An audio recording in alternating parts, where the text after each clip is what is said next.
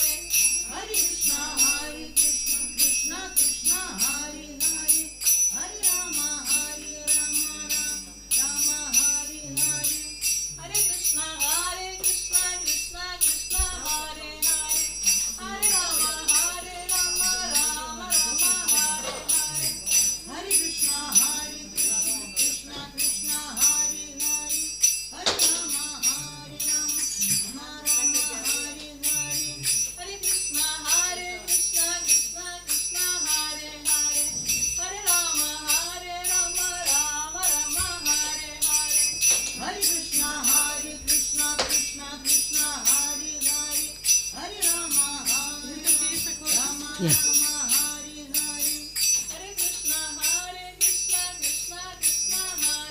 So, did you mind?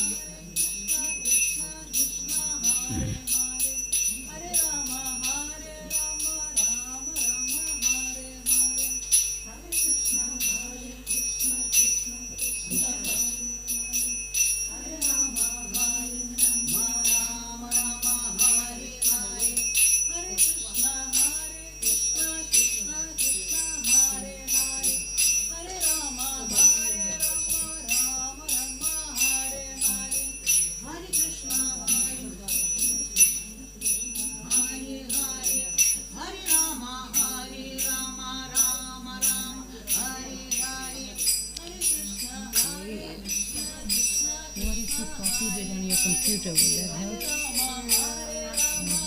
Probably not.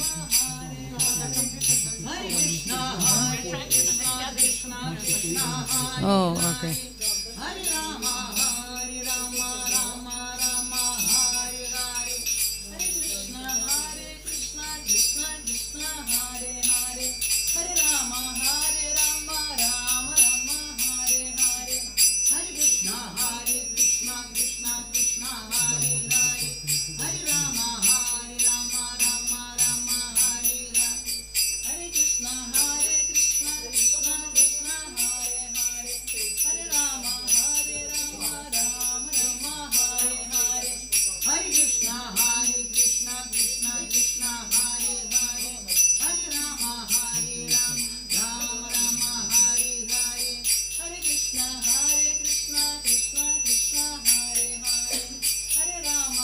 It did work.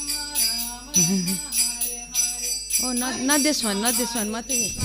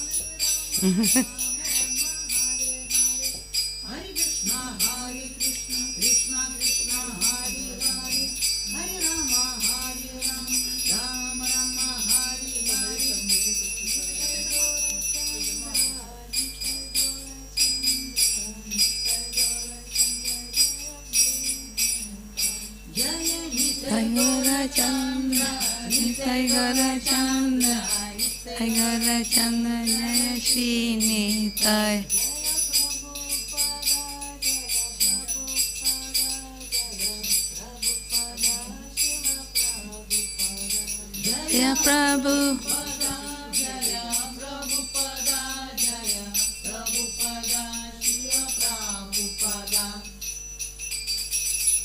Hare Krishna. Amazing job. The technology works. Yeah.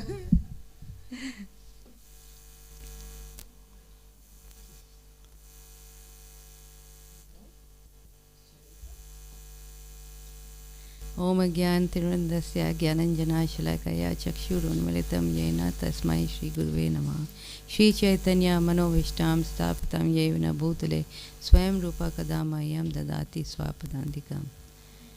Jai Shri Krishna Chaitanya Prabhu Nityananda Shri Advaita Gadadhar Shiva Sadi Gaur Bhaktinda.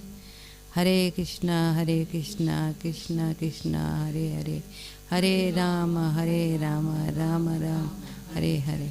Vancha kalpatrubhyascha kripa sindhubhya evacha patitanam pavnebhyo vaishnavibhyo namo namah.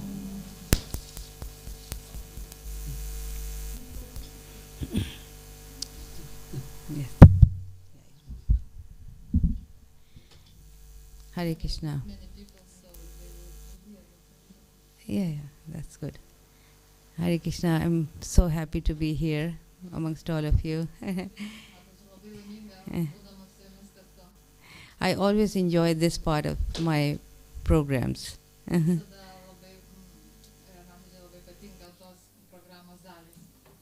I try to do this everywhere I go.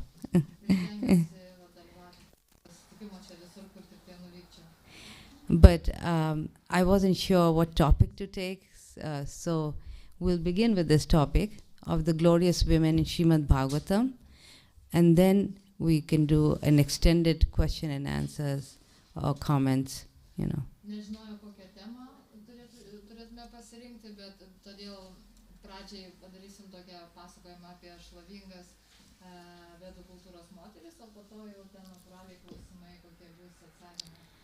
Is there any particular topic that anybody had in mind that they would like to discuss or talk? Yra kokia tam tikra tema, kuri kažkas norėtų labai išgirsti tą temą daugiau.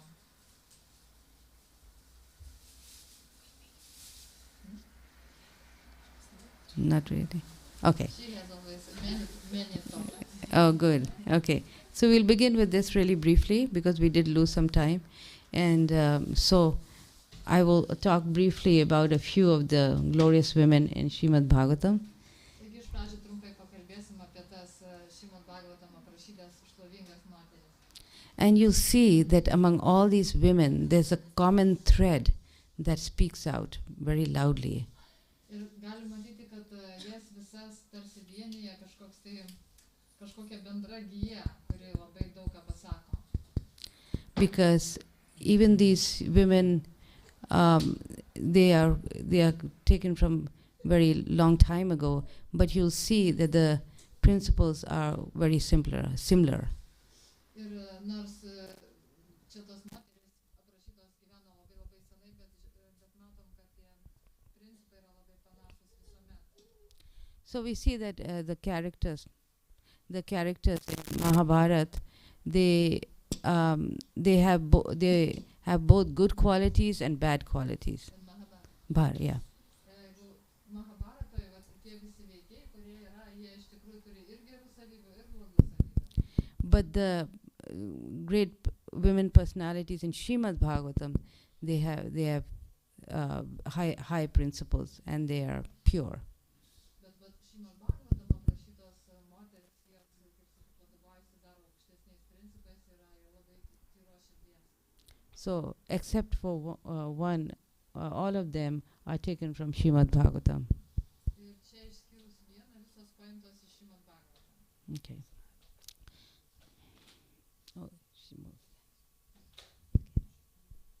So we'll begin with Draupadi because I feel that she's very relevant to us, to devotees.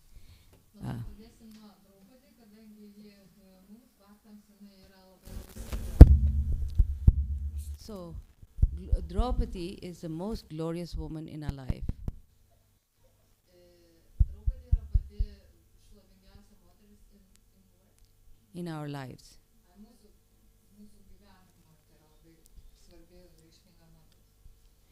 So she was glorious because she was humiliated in public, but yet her devotion brought the Lord to give her an endless sari.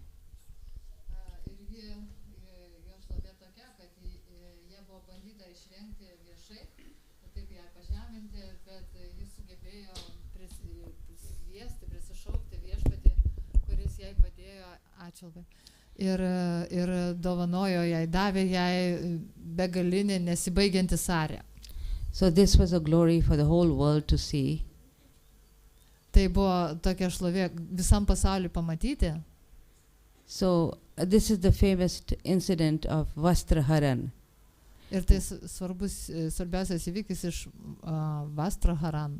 A very famous episode, I'm sure all of you have heard of it, right? Tai vadinasi tas labai svarbus epizodas iš Mahabharatos ir esu tikra, kad jūs jį gerai žinot. So she imagined that scene when Draupadi was dragged from her chambers to the public assembly. Galime įsivaizduoti, kaip ji buvo atvilkta už plaukų į tą susirinkimą, kur buvo susirinkę daug žmonių. All her 5 husbands were sitting there, but none could protect her. Ir visi 5 jos sutuoktiniai ten buvo, bet nei vienas iš jų negalėjo jos apginti.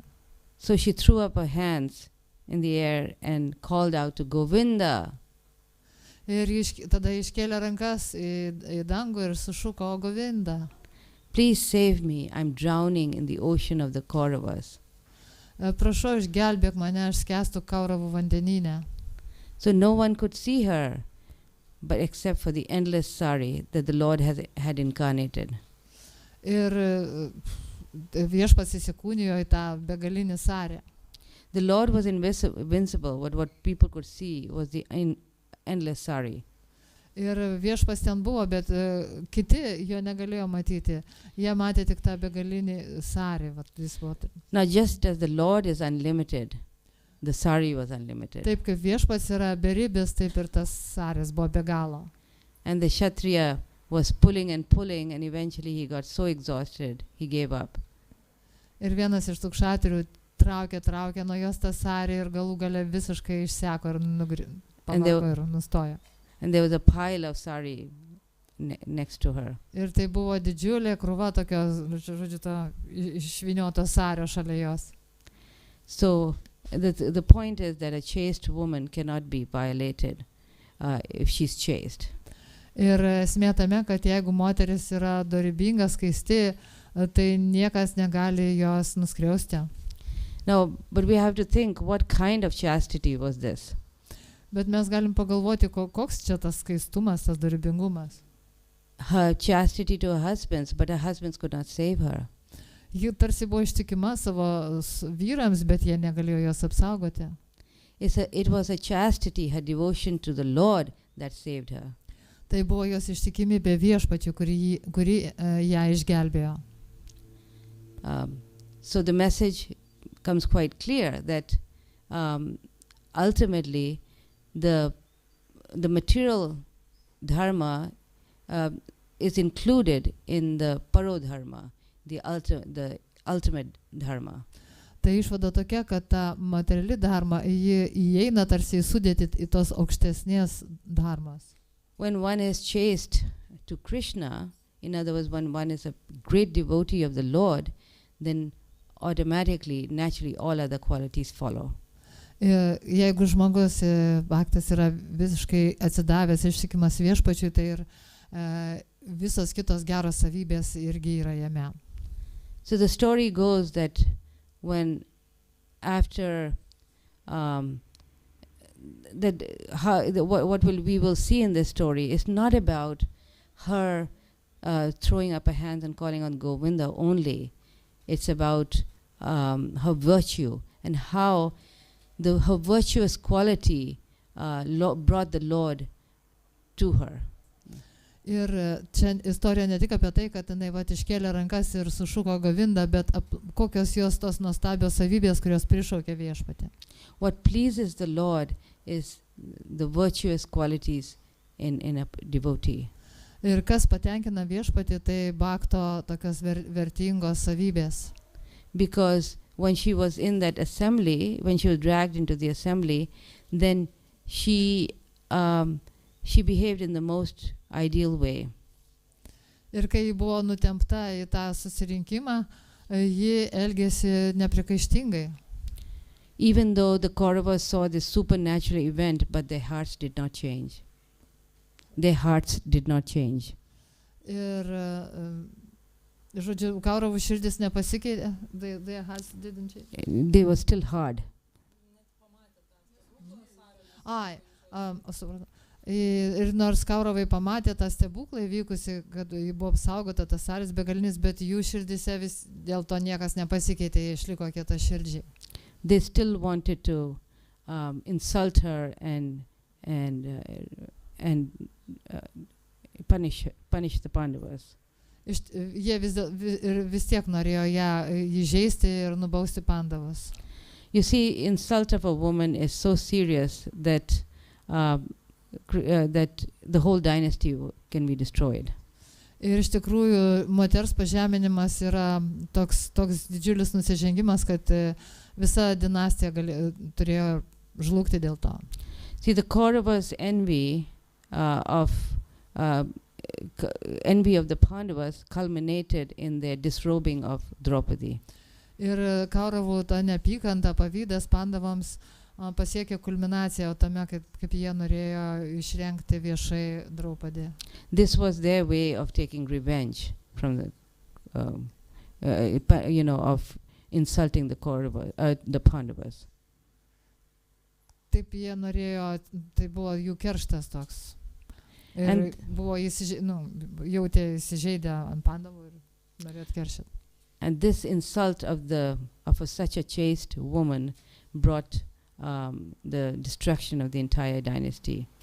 Ir tai, kad jie pažemino tokią darbingą moterį, tai visa jų dinastija buvo pasmerkta žlugti. And after this incident, when she was saved, the Karna, he spoke up and said that how she must be taken to the servants' quarters. Ir po to, kai nepavyko jas išrengti, Karna pareiškė, kad dabar ją reikia nuvesti, žodžiu, ji turi keliauti į tarnų kambarius. And Draupadi questioned the seniors sitting there whether it was proper for her to be the wife of a high-souled person like Yudhishthira to be dragged to the servant quarters. Ir tada ji kreipėsi į vyresniuosius, kurie buvo toj sueigoj, ir paklausė, ar tai yra teisinga, kad jinai yra tokios asmenybės kaip Yudhishthira žmona ir dabar ją nori, žodžiu, perklausyti į tarnų kambarius. She questioned the logic behind that if somebody has gambled himself, whether he has the right to gamble something, her, Žodžiu, jos klausimas buvo, kad jeigu ar kažkas galėjo užstatyti ją tam žaidime, jeigu neturėdamas teisės tai padaryti. Yeah. Because he already lost himself. So yes. Nes jis buvo jau, kaip sakyti, užstatė save ir pralošęs, tai kokiais teisė turėjo dar užstatyti ją tada. Jis neturėjo teisės netgi lošti. And then she said that according to what the seniors would say, she would do accordingly. Ir jinai sakė, kad elgsis taip, kaip pasakys vyresnieji.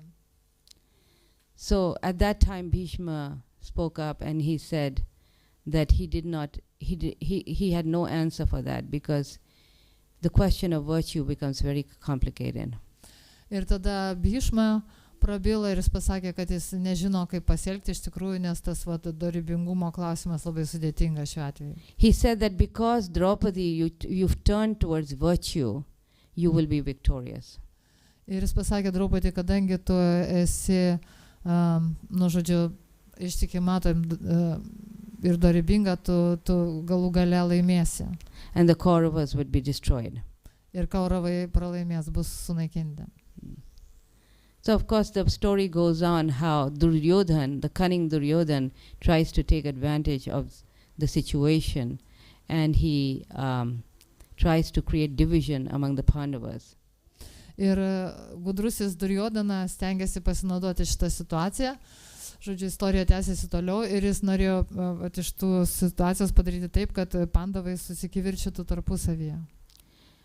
By inviting Yudhishthira, who's the son of Dharmaraj himself, to accept the fact that he went against Dharma. Ir jis, žodžiu, paskelbė, kad Yudhishthira, kuris yra Dharmaradžio sūnus, kad jisai nusižengė dharmai. By gambling all his brothers and herself. Ir, žodžiu, kad užstatydamas ir pralošdamas savo brolius ir žmoną. Of course, Draupadi did not buy into that bait. Bet Draupadi neužkibo už to masalo. Again, her virtuous character is seen here, where she's loyal to him, to Yudhishthira. She's loyal. Ir čia mes galime matyti, kad jinai yra visiškai ištikima savo vyrui.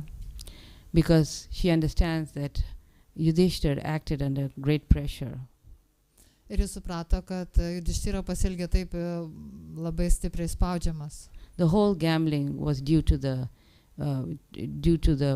conniving of Dhritarashtra and his and Shakuni. Ir nes visas tas azartinis žaidimas kauliukais buvo suorganizuotas slapta Dhritarashtros ir Šakūnė. Of course, Vidura tried to speak up and on the side of Draupadi and asked the assembly to give an answer to Draupadi. Vidura, aišku, pasisakė, užstojo Draupadi ir pasakė, kad visas surinkimas turėtų atsakyti jos klausimus. And at that time there were sudden bad omens, and jackals and ass were screaming, and asses were braying. Ir tuo metu buvo tokie pasireiškia tokie blogi ženklai, ten staugė šakalai, ten bliovė asilai ir taip toliau. In the sacrificial assembly of Dhritarashtra. Šitame Dhritarashtros aukojimo arenoje, kaip sakyti. So you see, Dhritarashtra had no morals to consider what is right and wrong. O Dhritarashtra trūko moralės suprasti, kas yra blogai, kas yra gerai. He was so blinded by the filial love for his son. Ir jį tiesiog apakino tą meilę savo sūnui. But what he could understand was that when there were physical symptoms and bad omens, Bet kada jisai pamatė tos, žodžiu, blogus ženklus, tos fizinius simptomus, požymius, kurie pranašavo blogį. and it immediately put fear in his heart. Ir tada jis iškart išsigando širdyje. And he came and he told Draupadi, and he actually first he chided, scolded heavily Duryodhan and accused him of being greedy and adharmic. Dhritarashtra, I mean, Dhritarashtra scolded Duryodhan, yes. Ir tada Dhritarashtra išbarė ir Duryodaną už tai, kad jisai toks kietaširdis, toks, žodžiu, nedoras. He said, because of your greed and an insult towards Draupadi, everything will be destroyed. Ir jis pasakė, dėl tavo godumo ir už tai, kad tu įžeidei Draupadį, viskas žlugs. And then he turned towards Draupadi and said, you are the best of my daughter-in-laws. Ir tada jis kreipėsi Draupadį ir pasakė, kad tu esi geriausia iš visų mano marčių. That you have acted virtuous in spite of very trying circumstance is very glorious. Ir tai tu esi tokia šlovinga, nes net tokioj baisioj situacijoj tu išlikai labai dorybinga. So ask for any boon that you like. Todėl paprašyk bet kokios dovanos, ko tik norėtum. So she asked for the release of Yudhishthira Maharaj. Ir tada jį paprašė, kad būtų Yudhishthira Maharajā būtų išlaisvintas. Then he said, ask for another boon. Tada Dhritarashtra pasakė, dar kažko paprašyk. And she asked for the release of her other husbands along with their chariots and weapon. Ir tada jį paprašė, kad būtų išlaisvinti ir kiti jos vyrai kartu su savo karietomis ir ginklais. So Dhritarashtra was on this trying to make up mode type of mentality. Ir Dhritarashtra taip buvo nusiteikęs susitaikyti. So he asked, okay, Draupadi, you can ask for another boon. Tada jisai sakė, Draupadi, dar vieno gali paprašyti kažko. And so Draupadi said, well, according to Kshatriya rules, one can only give 2 boons.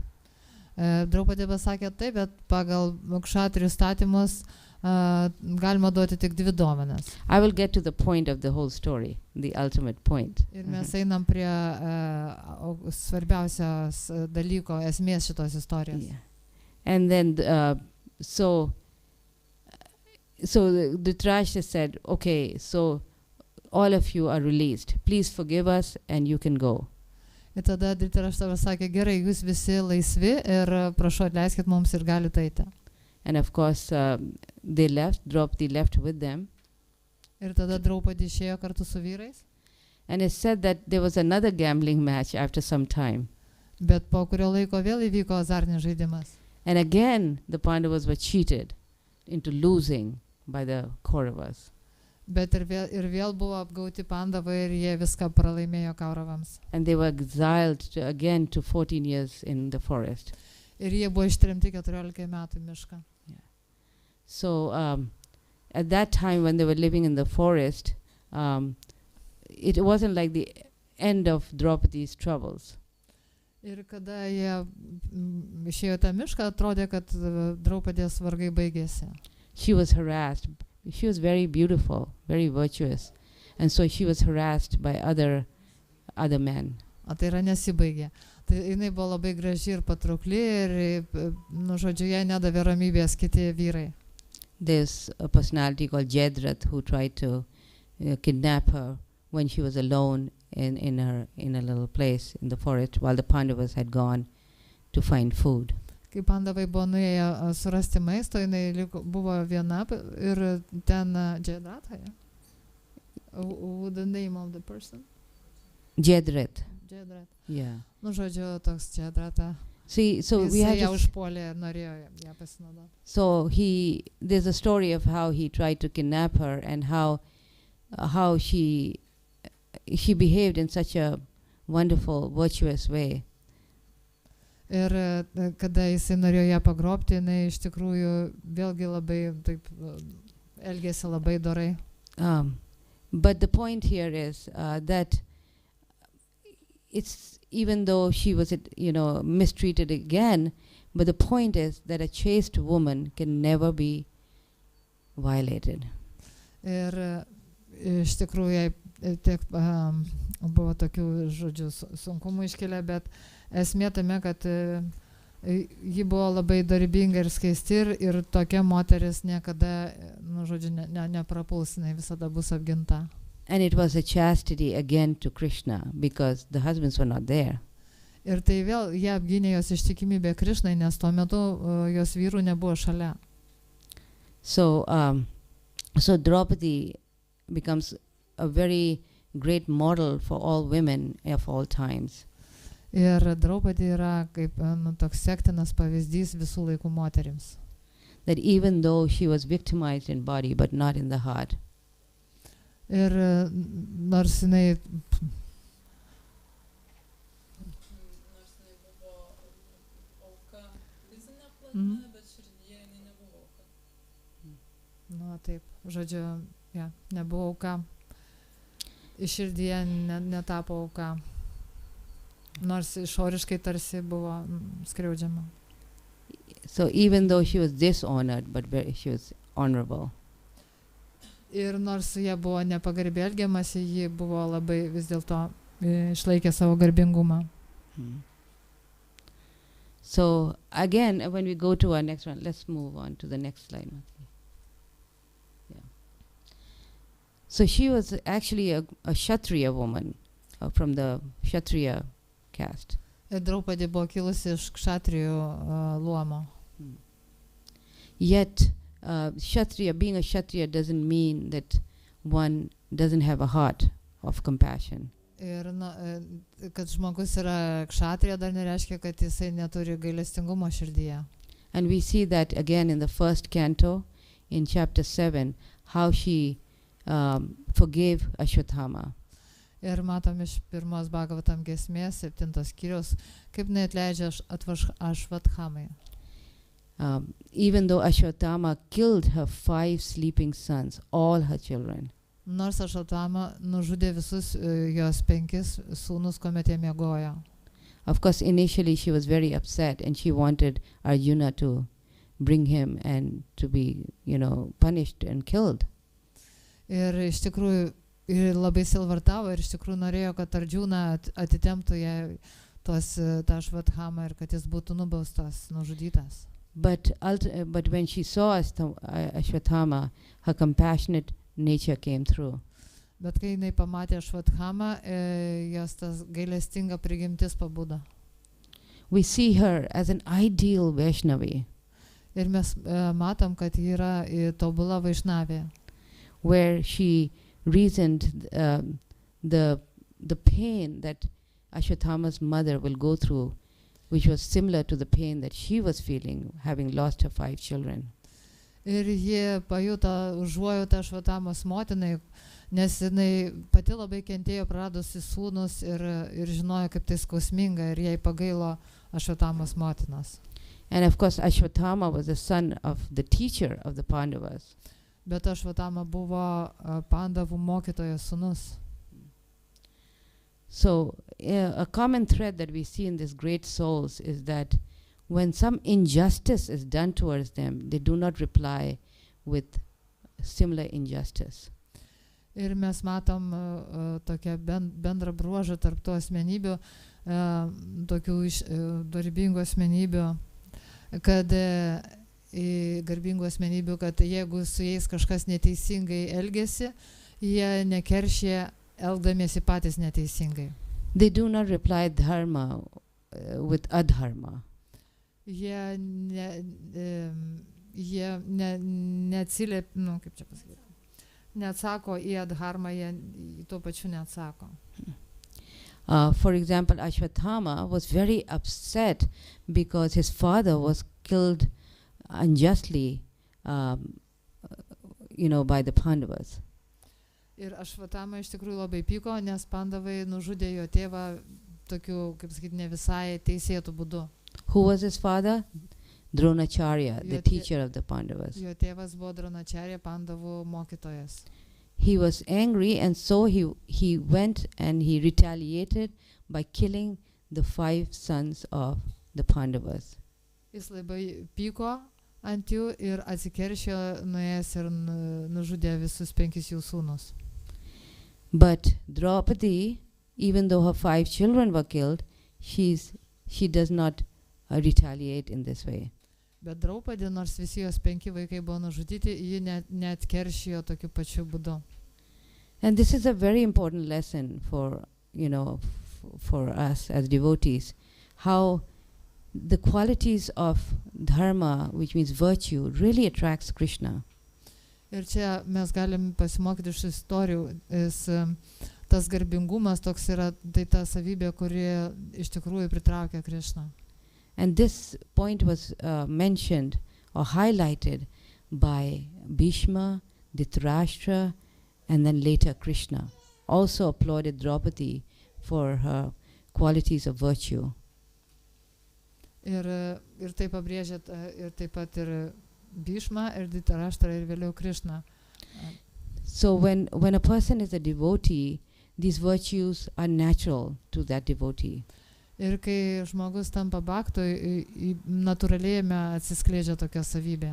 It doesn't come in those who are not faithful to Krishna. Ir jos neturi tokie žmonės, kurie nėra ištikimi Krishnai. And we will later talk about Gandhari as a contrast, so we understand that Gandhari was quite different from Draupadi. Ir vėliau pakalbėsime apie Gandharį ir matysime, kad jinai gerokai skiriasi nuo Draupadi. When her, Gandhari, the wife of Dhritarashtra, everybody knows the bit of the story, yeah? Turbūt visi truputį žino tą istoriją ir kada Gandharį, kuri buvo Dhritarashtra žmona. Then when her 100 sons were killed, she retaliated by cursing Krishna. Ir kai jos 100 sūnų buvo nužudyti, ji atkeršijo prakeikdama Krishną. She wanted to even curse the Pandavas, but Vyasadeva stopped her. Ji taip pat norėjo prakeikti Pandavus, bet Vyasadeva ją sustabdė. It was one of her 2 fatal mistakes that gave her, in spite of her dharmic nature, she lost everything. Ir ji padarė 2 didelės klaidas ir dėl to, nes paisant to, kad jinai buvo labai tokia, kaip sakyt, dharmiška moteris, jai buvo labai sekė dharmą, ji viską prarado. Taip. Because her devotion to Krishna was not devotion, but it was mundane religiosity. Todėl, kad ji neturėjo tokio tikro gilaus atsidavimo Krišnai, tiesiog buvo toks, pasaulietiškai religinga. It was a pious activity by which she felt that she felt she simply needed to do her duty. Ji tiesiog viską darė kaip pareigą. So even though her life was being a very chaste woman to her husband, because she blindfolded herself after she found out that she's married to a blind person.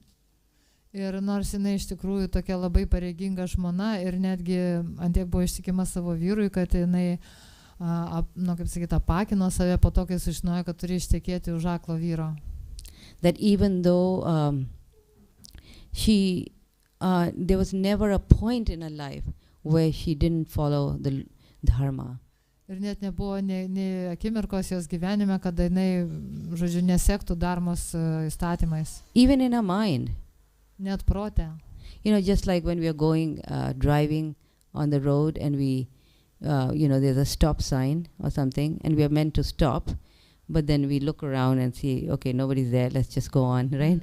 So in other words, we may be, we are not dharmic all the time, right? Tai toks pavyzdys, sakysim, kartais mes važiuojam keliu ir matom ženklą sustoti ir taip apsidairom, nieks nemato, nestosiu. But Gandhari was such that she, even in her mind, even any moment in her life, she could not think the wrong way. Tai Tai va, tai mes kaip ir ne visą laiką sekam tom taisyklėm, bet Gandhari savo neleido, tai ne akimirkai, jinai visada buvo labai griežtai sekė visais nurodymais šventraščių. I mean, her resilience to be able to blindfold herself all her life just because her husband was blind. Ir vien jau tai stebina, kad kaip jinai nusprendė būti akla, žodžiu, užsirišo akis ir visam gyvenimui, vien dėl to, kad vyras negali matyti. But in spite of all this, her position was not glorious. Bet vis dėlto jos padėtis netokia šlovinga. Mataji, can you move on and show that slide of Gandhari, please? It's after a few slides. Keep going, yeah. Yes. Yeah. We can't see her picture, but it's dark. But, yeah. Truputį tamsu, bet gal biški matosi kažkaip. So she is glorified, in the Mahabharata as being a very chaste woman. Ir ją šlovina Mahabharata kaip labai tokia dorybinga, ištikima moteris. But she did not get the eternal position like Draupadi did in the spiritual kingdom. Bet ji nepelnė tokios amžinos šlovės dvasinėje karalystėje kaip Draupadi. Because of her lack of devotion to Krishna. Nes jai trūko to atsidavimo Krišnai. So we can see from this example how chastity to Krishna includes, mundane, dharma, being chaste to our husband. But it doesn't happen the other way around. Tai mes galime matyti, kad ta ištikimybė Krišnai į ją tarsi įeina ir savame suprantama ir ištikimybė vyrams, bet net atvirkščiai. Kad ištikimybė vyrui dar nereiškia ištikimybė Krišnai. She had a lot of virtues. She actually never supported her son Duryodhan in his plans against the Pandavas. Iš tikrųjų buvo dora moteris ir nepalaikė Duryodanos tose jų niekšybėse, kurias jie darė Pandavams. When the Vastaharan happened, the disrobing of Draupadi, she asked her husband to discard Duryodhan, her son. Ir iš tikrųjų, kai vyko tas Vastaharan, tas įvykis, kada Draupadi buvo išrenginėjama, jinai pasakė savo vyrui, kad jis turi discard means what? Give up. Kad jis turi išsižadėti savo sūnaus. Of course, Dhritarashtra, even though he respected his wife, but he never listened to her. Bet Dhritarashtra nors ir gerbė savo žmoną, bet niekada jos neklausė. And there were very serious consequences. It led to war. Ir to buvo labai rimtos pasiekmės, kurios atvedė prie karo. So, because Gandhari lived with so much negativity all her life, can you move to another next one? Ir nors Gandhari tiek susidūrė su to, tiek negatyvumą savo gyvenime. Oh, nobody can. I'm sorry, this is not translated. So, I was thinking everybody is reading, but actually it's not translated. Yeah. But they're discussing, but I can translate. Yeah. Can you please? Yeah. Just read and translate. Yeah. Kaip Gandhari, jos dvi lemtingos klaidos Gandhari, kaip, žodžiu, kažkaip neteisingai panaudojo dharmas, taisyklės. Toliau čia tie punktai yra, jie supo negatyvumas. Visi 100 sūnų buvo blogo būdo ir taip pat jos vyras. Ji pavydėjo Kunti ir vėliau prakeikė Krišną.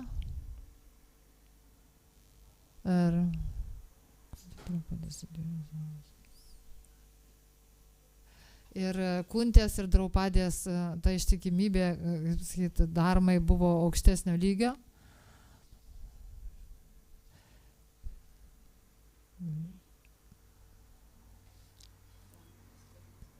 Okay. Remiantis tarnystė Krišnai ir jos bhaktams, nepagaunu čia kaip tos sistemas.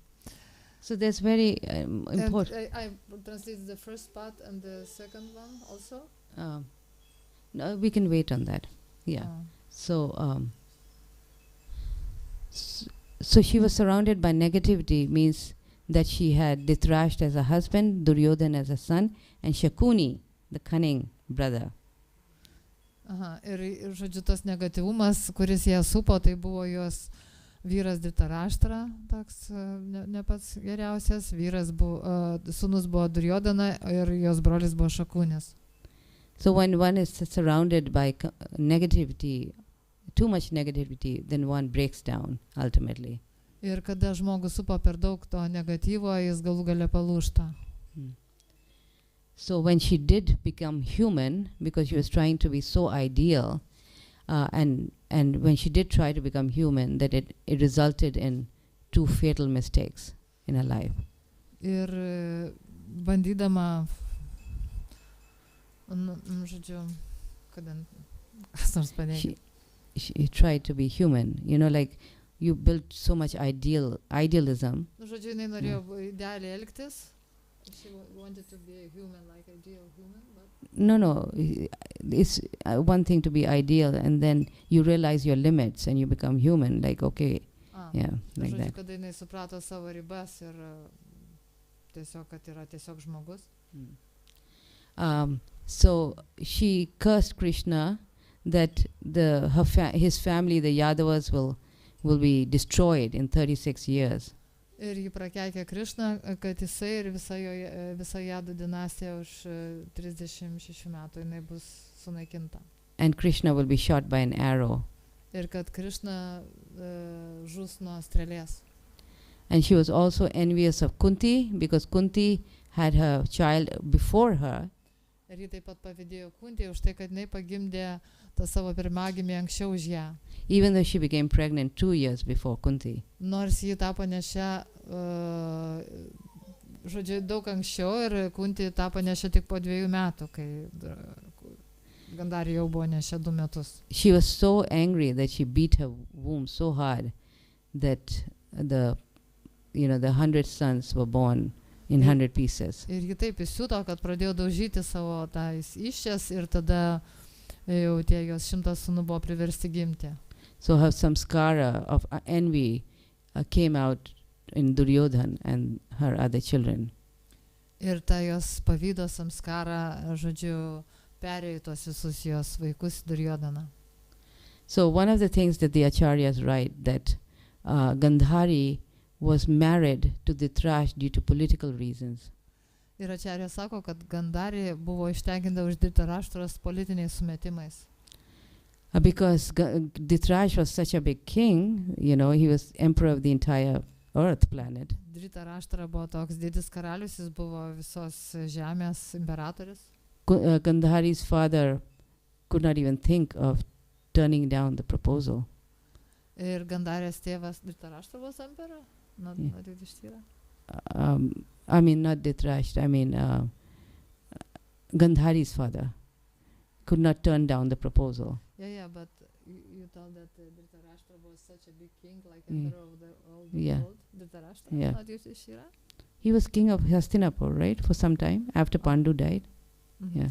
Nu, žodžiu, Dhritarashtra po Pandų mirties kaip ir buvo imperatorius pats, ir todėl Gandharės tėvas nedrįso pagalvoti, kad atsakytų jam. So the acharyas say how marriage should be based on compatibility, not just compassion. The husband and wife should be compatible, right? Not due to political reasons. Ir acharya sako, kad turi būti vyras parenkamas pagal suderinamumą, o ne dėl kažkokio tai politinio skaičiavimo. In other words, one should be responsible for, for them to take the right step for marriage when one is selecting a partner. Nu, žodžiu, tai turi būti labai atsakingai parinktas partneris vedyboms. And the contrast is given is when in the story of Rukmini, when Rukmini was arranged to be married by who? By Shishupal, right? Ir kaip priešingybė pateikta yra Rukminės istorija, kurią jos brolis Rukmis norėjo ištekinti už Šišupalos. And Rukmini took the matter in her hands and she objected and she wrote Krishna a letter. Ir Rukminė ėmėsi save apginti, žodžiu, ir ji nenorėjo tekėti už Šišupalos ir parašė Krišnai laišką. And she wrote that her brother Rukmi is trying to marry her to this jackal. Ir ji parašė, kad jos brolis Rukmis nori ją ištekinti už kažkokio šakalo. And she asked Krishna to come and marry her. Ir paprašė Krišnos atkeliauti ir ją vesti. So here there was a political reason also. Her brother Rukmi wanted her to get married to Shishupal because of his, due to political reasons. Ir čia vėlgi politika įsipainiojo, nes Rukmis ir norėjo ją ištekinti už Šišupalos grinai dėl kažkokių politinių savo ambicijų. Because Shishupal wanted to be connected to, to become a big one day. Big person one day. Nes Šišupala irgi norėjo būti galingas valdovas. Anyway, I don't want to go into the detail of that, but and so she responded accordingly. She got Krishna to come and take her away. Taigi Rukminė, kaip sakyt, nenutilėjo to ir netiesiog kreipėsi į Krišną ir paprašė ją išgelbėti. Same thing with 16,000 queens, when they were kidnapped by this demon, they pleaded to Krishna to come and take them away. Taip pat ir tos 16 tūkstančių princesių, kurias pagrobė demonas ir taip pat jos prašė Krišnos jas išgelbėti. So, in other words, it's showing that how, the different qualities that a woman should have. It's not, Vedic culture is not about, it does not give an inferior position to women. Ir čia mes galim suprast, kad vedų kultūra nepastato moteris į kažkokią žemesnę padėtį. So just like, when people would ask Prabhupada, that do you have any women saints in your movement, or is it just for men? Ir kažkas paklausė Prabhupados, o pas jūs judėjime yra tokių, kaip sakyt, šventų moterų, ar čia tik tai vyrai jau tokie labai ypatingi? So this is the last one. I'll go through and then we'll open it up, okay? So I want to show the common... So what was the answer? When they asked Prabhupada the answer? Oh, yes. Then Prabhupada would oftentimes quote... No, this is the one before this, yeah. Or only men saints? Before or this. Women also? Yeah. No, he said then he would give the example of Kunti Devi. Ir tada jis Prabhupada duodavo Kunti Devi pavyzdį. Yeah. So, Kunti, everybody has their hallmark, their significant mark. Everybody is, like Draupadi was her, ability to, her chastity to Krishna, right? Kaip ir kiekvienas žmogus turi kažkokią tai emblemą, kaip sakyti, tai Draupadės tai buvo jos ištikimybė Krishnai. So Kunti Devi is glorified like she's equal to any other Paramahansa in a Vedic history. Ir Kunti Devi prilygsta visom Paramahamsams parašyta šventraščiuose. And even though she's in the body of a woman, she's more central in the Mahabharata than even the Pandavas. Ir nors ji yra moters kūne, ji yra tokia centrinė figūra netgi lyginant su Pandavais. So even though the Pandavas were going through all the difficulties and trials and tribulations, she was the one who was central. She was the one who was actually suffering through it all. Ir nors Pandavai irgi turėjo ten daug visokių tų sunkumų, bet Kunti buvo tarsi centrinė figūra tenai, ėjo per tuos visus sunkumus. So even though the battle of Kurukshetra was going on, but the effects of the battle was being experienced by Kunti. Ir nors Kurukshetros mūšis vyko mūšio lauke, bet Kunti patyrė tą visą, kaip sakyt, sunkumą to mūšio irgi. And how was she able to tolerate the unlimited amount of sufferings that she went through? Ir kaip jinai sugebėjo iškentėti visas tas nelaimės, kurios ant jos užgriūdavo. As you know, I mean, the Pandavas, her children, were mistreated and threatened to be killed by the Kauravas throughout their lives. Kaip žinot, kad jos vaikams, Pandavams visą laiką grėsė mirtis, nes Kauravai visą gyvenimą stengiasi su jais susidoroti. They tried to poison Bhima. They tried to burn them to death. Jie bandė nunuodyti Bhimą, jie taip pat norėjo juos visus sudeginti. And Kunti suffered through it all. Ir visą tai Kunti teko iškęsti. Should I read all these things? You could if it doesn't take too long, yeah?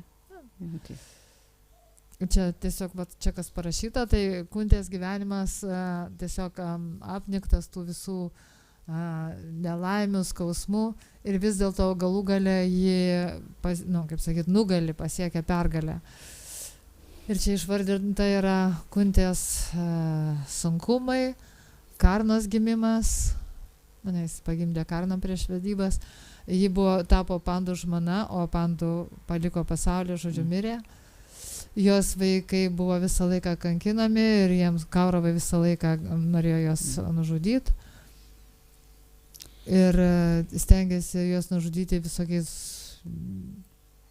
niekšiškais būdais. Ir ji lydėjo Pandavus jų tremti mišką. Ir nors buvo daugybė sunkumų, ji visada sekė Dharmos įstatymais. Ir tai yra suteikė pasauliui pamoką, kaip būti tolerantišku atsidavimo Krišnai pagrindo. And how did she overcome all these sufferings? Through devotional heroism, through the strength of bhakti. Ir visus tos sunkumus jinai įveikė, žodžiu, tą atsidavimo jėgą. So Kunti is not an escaper. Ir Kunti nėra kažkokia bėglė. So again, and that can be seen. Kunti was not just about having the ability of tolerating the sufferings, but also she's exemplified with her devotion to Krishna, as a devotion to Krishna, as a great devotee of the Lord. Ir jinai ne tik tai, kad ten tiesiog turėjo tiek kantrybės, kad pakentė visas tas nelaimės, bet jos šlovė yra tas jos nepaprastas atsidavimas Krishnai. And obviously we see that in the 8th chapter with her prayers when she prays to Krishna in those beautiful verses. Ir ypač tai atsiskleidžia 8 skyriui pirmai giesmės, kur jos Kunti maldos Krishnai yra. Prabhupada spoke extensively on these prayers, and we have a separate book. He made a separate book on just Kunti's prayers. Ir Prabhupada labai daug kalbėjo apie šitos tekstus ir tai jo, žodžiu, komentarai išleisti kaip atskira knyga. So all the Paramahansas, all the acharyas, they read her prayers, and is very, very scholarly and a lot of insight and devotion in these prayers. Ir visi acharyos, visi šventi žmonės, žodžiu, studijuoja tas jos maldas ir ten yra labai jos tokios ir moksliškos ir labai pilnas tokio gilaus atsidavimo. In her prayers, she prays to Krishna to sever her ties to her family members and make her consciousness totally absorbed and drawn to Krishna. Ir ji maldauja Krišnos, kad jisai nukirstų tos jos visus prisirišimus prie šeimos ir kad vienintelis jos siekių tikslas būtų Krišna.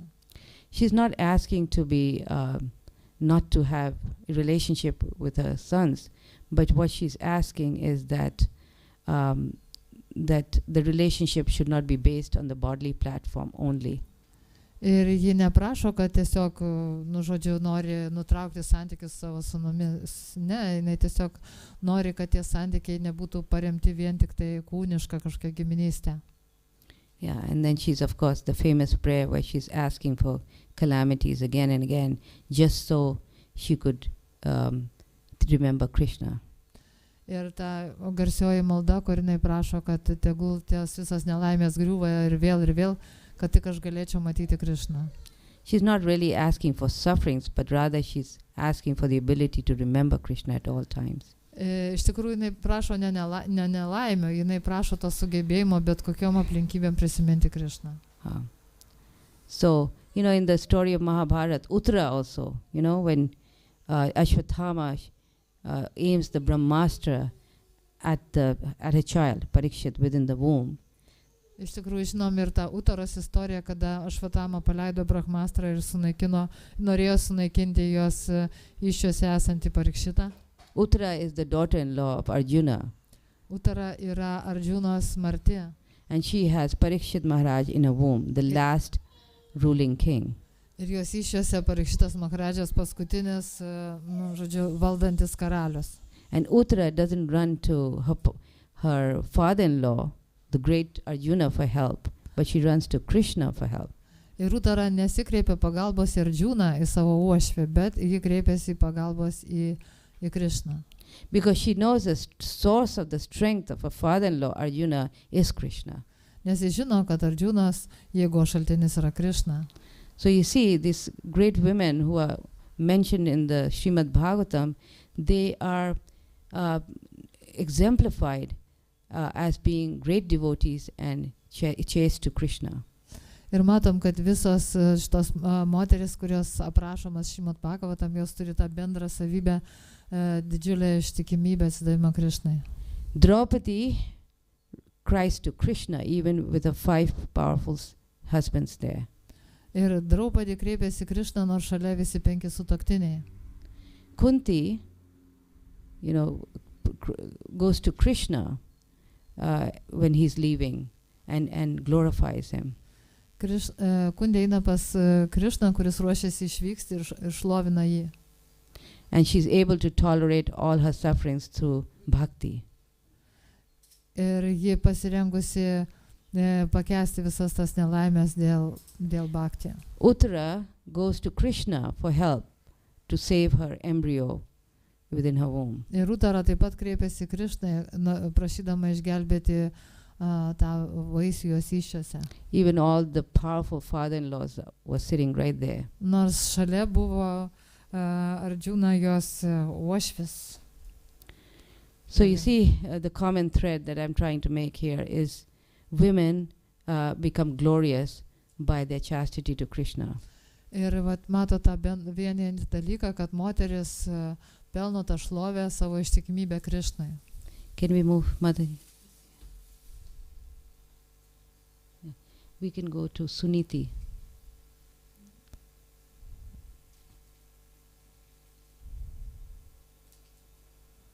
Yes. So again, this is a glorious mother of Dhruva. Suniti yra šlovingoji Dhruvos Maharajos mama. And Suniti is one of the wives of King Uttanapad. Ir Suniti yra viena iš karaliaus Uttanapado žmonų. King Uttanapad had 2 wives, Suruchi and Suniti, but Suruchi was his favorite wife. Ir karalius turėjo 2 žmonas, Suniti ir Suruchi, bet Suruchi buvo jo labiau mylima žmona.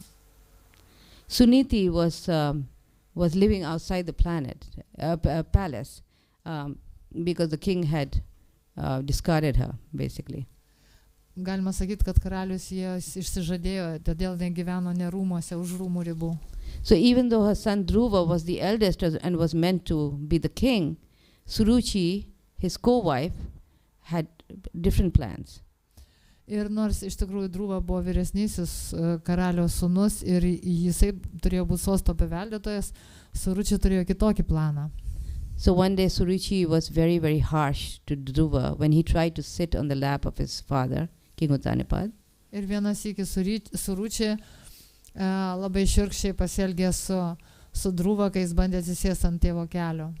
And she insults him by saying that he could never become king because he was born from a less favorite wife of the king. Ir jam pareiškė, kad jis niekada nebus karalius, nes gimė iš netokios mėgstamos karalio žmonos įsčių.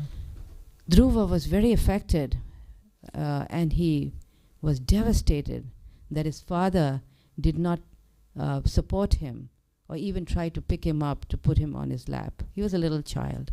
Ir Dhruva labai tai skaudino ir tai, kad jo tėvas, sakyt, net niekaip jo nepalaikė ir net neleido jam atsisėsti ant kelio. He went running to his mother for emotional support. Ir jis nubėgo pas mamą, kad padėtų, emocinės pagalbos. Imagine his feelings. He was probably used to Suruchi, his stepmother, being harsh to him. But when his father did not pick him up, that was a very big disaster for him. Ir galite įsivaizduoti, kaip jis jautėsi. Ko gero, jis iš Suručio jau ne vieną kartą buvo gavęs kažkokių tai tokių, kaip čia sakyti, špilkų, ar ne? Bet šį kartą net ir pats tėvas, kaip sakyti, jį ignoravo, tai jam buvo pernelyg skausminga. So Suniti responded to her son by being by leading him to Krishna. Ir Suniti sureagavo į visą tai, tiesiog nukreipdama jį pas Krišną. One would think that because she was so devastated herself, and then now to see her son in this condition, she would have simply tried to, pollute her son's mind against the king and his wife. Ir tokiai situacijoje, kada jinai pati buvo jau, kaip sakyti, skaudinta ir pažeminta, palikta tokia, ir dabar sūnus turėjo vėl toks irgi buvo įskaudintas, tai jinai galėjo užteršti jo protą, taip kaip sakyti, nukreipdama jį prieš tėvą ir prieš pamatę.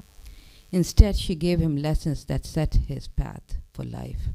Bet vietoje to jinai jam davė tokias pamokas, kurios buvo vertingos visam jo gyvenimui. She said, "My son, go and find the Lord. I heard that he lives in the jungles, in the forest, where other sages lives." Ir jinai sakė, sūnau, eik ir ieškok viešpaties. Aš girdėjau, kad jisai turėtų būti miške, ten jo ieško visi išminčiai, jogai. Because all your desires will be fulfilled only if you please him. I cannot help you. Nes visi tavo norai jos išpildyti gali tik viešpas, aš tau negaliu padėti. Dhruva had a desire to have a kingdom bigger than his father or even his great-grandfather, Lord Brahma. Ir o Dhruva buvo užsigeidęs, kad jisai nori tokios karalystės, kuri būtų didesnė už jo tėvo karalystę arba net už jo prosenio Brahmos. And he wanted to take revenge on his stepmother. Ir jis norėjo atsikeršyti savo pamatį. And Suniti said, "Look, Krishna is like millions of mothers, and if you please him, then all your desires will be fulfilled." Ir Suniti pasakė, žiūrėk, Krišna yra kaip milijonas mamų ir jeigu jis bus patenkintas, jis išpildys tavo norą. So that leads Dhruva, he leaves home, and within 6 months, due to his unalloyed devotion, he sees the Lord face to face. Ir Dhruva iškeliauja į mišką, palieka namus ir ten, žodžiu, praleidžia 6 mėnesius miške meditaciją ir tada jis susitinka akis į akį viešpatį. So of course we know the story of how after he saw the Lord, he was ashamed of his material desires, but yet Krishna gave him everything he wanted. Ir mes žinom tą istoriją, žinom, kad kai jis pamatė Krišną, jis susigėdo, kad norėjo tokių dalykų ir vis dėlto Krišna viską jam davė. So again, the same point here. Ir vėl tas pats dalykas čia. She was glorified in spite of being neglected, mistreated by her husband. She was glorified. Why? Because of her chastity to Krishna. Is Dhruva? You mean Dhruva? No, Suniti. Ir čia mes matom vėl tą patį, nes Suniti, nors jinai buvo apleista ir nuskriausta, bet dėl savo ištikimybės Krišnai ji pelnė nemirštančią šlovę. Because of a proper instruction to her son, she earned the spiritual kingdom because she went back to Godhead. Ir vien dėl to, kad jinai davė gerą nurodymą, patarimą savo sūnui, ji galų gale taip pat iškeliavo dvasinį pasaulį. So whether a mother or whether a wife, if one as a woman, if one is a good devotee of Krishna, then one can become very glorious. Ir jeigu kažkas yra tiesiog moteris ir atsidavusi Krišnai, ji gali būti labai šlovinga. Because material circumstances can come and go according to our karma. We have no control over that. Nes mes negalim kontroliuoti savo tos materialios gyvenimo pusės pagal karmą, ateina ir sunkumai ir geri dalykai ir išnyksta vėl. But because Krishna is the original husband, being chaste to Krishna means that Krishna protects women in their chastity to him. Ir jeigu moteris ištikima Krišnai, Krišna ją apgins, apsaugos, atsidėkodamas už tą ištikimybę. We know the story of, let's go to one slide, last slide, the last one is the gopis. Or maybe, the gopis of, how there's when Krishna played his flute and the gopis went running in the dead of night to see Krishna. Ir žinoma apie gopės, kada Krišna vidury nakties užgrojo savo fleitą, jos viską metė ir nubėgo pas Krišną. And so when they came near Krishna, Krishna teased them by saying, "Oh, why have you come in the dead of night, left your husbands? This is not proper social etiquette. You should go back." Ir kada jos atėjo pas Krišną, jisai, jas dar pradėjo erzinti, sako, tai kaip jūs čia dabar metėt visus savo vyrus ir atlėkėt pas mane, tai turėtumėt grįžti. Of course, we know that how the gopis were devastated because Krishna, they had the highest love for Krishna. Ir aišku, tai gopės labai nusiminė, nes jos be galo mylėjo Krišną. And when Krishna started speaking like that, they were totally despondent and they started scratching the floor with their toenails. Ir kai Krišna pradėjo su jomis taip šnekėti, jos labai nusivylė ir nežinojo tiesiog ką daryti ir stovėjo ir žodžiu, ten krapštė žemę. And tears, pirštais. sorry, go ahead. Kaip? And tears were streaming from their eyes. Ir iš jų akių tiesiog liejosi ašaros. But immediately they had a wonderful reply. Bet taip pat jos sugalvojo kaip atsakyti. They said, "Krishna, you are asking us to go back to our husbands. Jos sakė, Krišna, tu sakai mums eiti atgal pas vyrus. But you are the original husband. You are the soul of all souls. Bet tu esi tas pirmapradės vyras, tu esi visų sielų siela. There's no existence to the soul without you as a super soul." Ir jokia siela negali egzistuoti be tavęs, aukščiausias sielas. So you are the original husband. Tu esi tas mūsų pirminis vyras. Krishna was defeated. Ir Krišna buvo nugalėtas filosofiškai. And it's so amazing that because of their devotion to Krishna, when they went back home, their husbands were totally happy. Ir dėl tos jų ištikimybės atsidavimo Krišnai, kai jos galų gale grįžo po to į namus, vyrai buvo labai laimingi. So when we show love and devotion to Krishna, everything works out. Everything becomes, kind of works together, works out. Ir kada mes turim tą ištikimybę Krišnai, viskas galų gale susitvarko. But without that, our life becomes like Gandhari. Bet be šito gyvenimas bus toks kaip Gandhari. Where it's a lot of good ideals, but the essence is missing. Kur yra daug labai gražių idealų, bet trūksta esmės.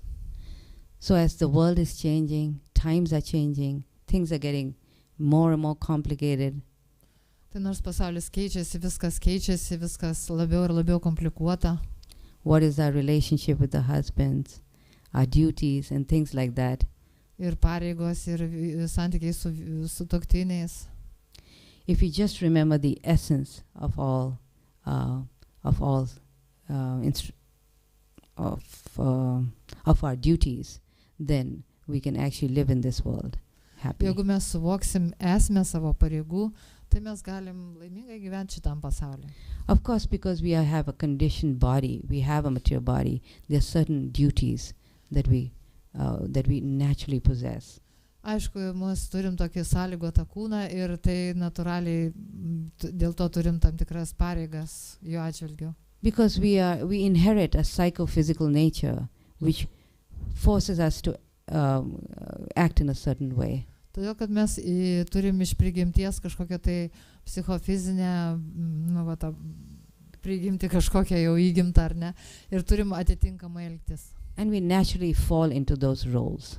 Ir todėl tas taisyklės yra kažkokių turim jų laikytis. Naturally, only a woman can give birth, not a man. Tai panašu, kad tik moteris gali gimdyti, vyrai nesugeba. So we become natural. Our role becomes to nurture our children. To nurture? Nurture. Tai mūsų tas vaidmuo yra toksai, reiškia, kaip iš vis nurture. Žodžiu, globotoja, maitintoja tokia, So puoselėtoja. There's, one more story that I can skip about the Kaliya because I already gave a class on that the other day. Vieną istoriją galim praleisti apie Kaliją, nes jau apie ją tą vakarą aptarėm per sekmadieninę. So I think I want to hear now from anybody who has any comments or questions. And you can bring in any question that you feel like you want to discuss or anything. Please feel free. Ir dabar gal norėtum išgirsti kažkokiu tai jūsų komentarų ar klausimų, ir tie klausimai gali būti visiškai bet kokie. I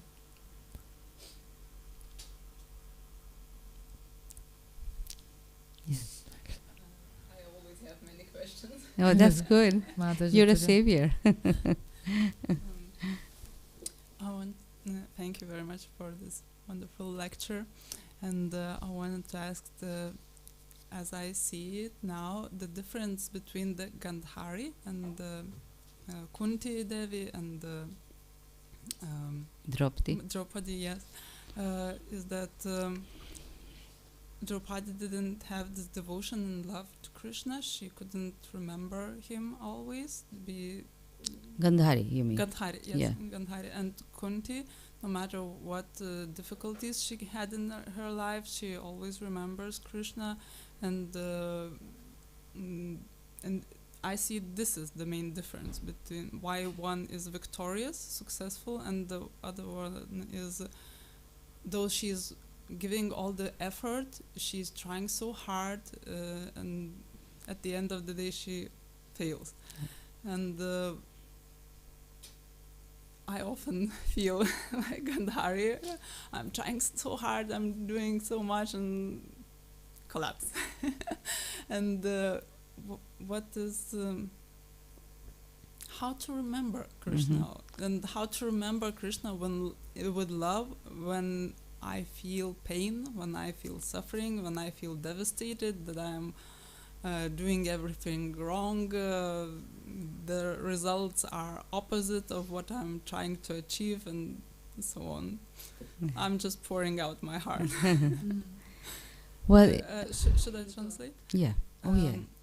Tai aš norėjau paklausti, pagrindinis skirtumas, ačiū labai už paskaitą, ir pagrindinis skirtumas, kurį matau tarp Gandharės ir Kunti Devi, tai kad nesvarbu kokie sunkumai bebūtų, kokie be užpultų, Kunti nuolatos prisimena Krišną ir prisimena su meilė ir atsidavimu, o Gandharė įpuola į tą negatyvą ir nesvarbu kokias pastangas didžiulės jinai bedėtų, dienos pabaigoje jinai pralaimi.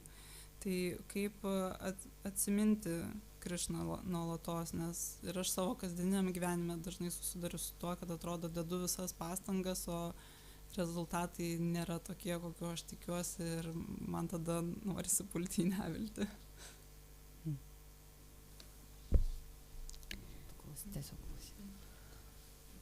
So, several ways to look at this is that when we do our service to our family, to our children, we have to, or husband, we have to do it in a way that we are pleasing them in a way to please Krishna. In other words, the connection has to be always there. Ir kada yra du būdai pažiūrėti visą tai, Vienas yra tai, kad kada mes atliekam savo pareigą šeimos nariam, vaikam ir vyrui, mes turim stengtis sujungti tai, kad, reiškia, patenkindami juos, mes turim galvoti ir kad tai patenkintų Krišną taip pat. So in other words, we see our children as not as really, they are our children, but more like servants of Krishna. And therefore we have us, it's our service to them to take care of them in order to please Krishna and to make them nice devotees. Tai vat ir vaikai, mes neturim jo žiūrėti tiesiog, kad yra mano vaikai. Jie yra, reiškia, kažkur tai giliai, jie yra irgi Krišnos tarnai ir mes turim jais rūpintis, juos taip auginti, išauginti bhaktais. Tai bus patenkins Krišną. Our service to our husbands are in the same idea. Ir ta pati idėja, kada tarnaujam vyrui. So the thing is that sufferings are going to come in our service to Krishna. Nebejotinai teks pakentėti ir tarnaujant Krišnai taip pat. Because sufferings was also given to Kunti Devi. Nes ir Kuntei teko kančių nemažai. Krishna gives his sufferings to his very, very dear and purest devotees. Taigi Krišna kartais atsiunčia tų kančių sunkumų net ir patiem brangiausiam savo mylimiausiam bhaktam. He even gave sufferings to the Brajvasis. Net ir Brajvasiams teko pakentėti. And the idea behind that is to bring them closer to him. Ir pagrindinis tikslas, kad juos dar labiau priartinti prie savęs. Because Krishna knows sufferings is the only way that we are going to cry out helplessly and hopelessly to Krishna. Ir Krišna žino, kad tik tai tada, kai mums blogai, tai mes jau nuoširdžiai jo šaukiamės. So it's always his love and mercy is behind everything that we go through in life. Už visų šitų bėdų visada yra jo meilė ir malonė, gailestingumas. And for devotees, this understanding is the most important understanding, because somehow sufferings come more to a devotee than to a non-devotee. Oh, really? Yeah. Nu, žodžiu, tai mes turim tai prisiminti ir kada užgriuva tie sunkumai, nes būna ir taip, kad bhaktui tenka jų daugiau negu net ne bhaktui. That suffering to a devotee is different because it's by Krishna's own personal hand. Bet tie kentėjimai bhakto yra kitokie, nes ten už jo visur yra Krišnos ranka. It's like the punishment given by the mother and father versus a demon or a tyrant or the government. Čia taip kaip motinos ar tėvo bausmė skiriasi nuo to, kaip valdžia. Nu, kaip kokie demonai ten, žodžiu, mus ten kamuoja ar valdžia kažkokias tai. So the punishment given by the parents is naturally is for the welfare of the child. Taigi tėvų skirta bausmė visada yra vaiko labui. So we take inspiration from these stories of Kunti Devi, who could have gone through greater suffering than Kunti. Right? Todėl mes mokomės iš tų istorijų, kaip Kunti Devės istorija, kas galėtų iš vis pasakyti, kad kentėjo labiau negu Kunti. And she was able to tolerate through her strength of devotion to Krishna. Ir ji visą tai iškentė, ištvėrė tiesiog dėl savo atsidavimo Krišnai. So that is the key, to see that everything is being orchestrated in our life by Krishna himself. Tai va tai yra esmė, mes turime viską žiūrėti, kad visa tai yra tarsi Krišnos buvimas, Krišnos veikimas mūsų gyvenime.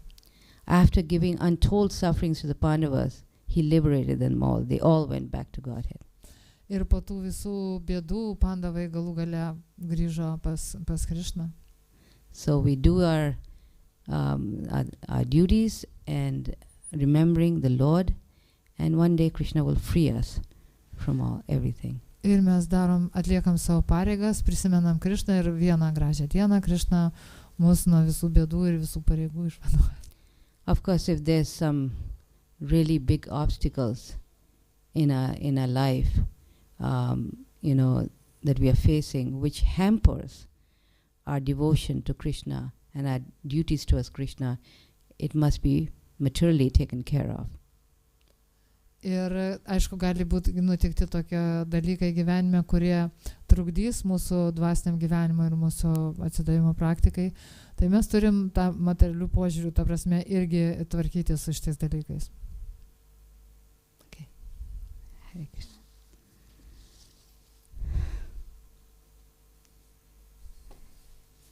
Anyone else?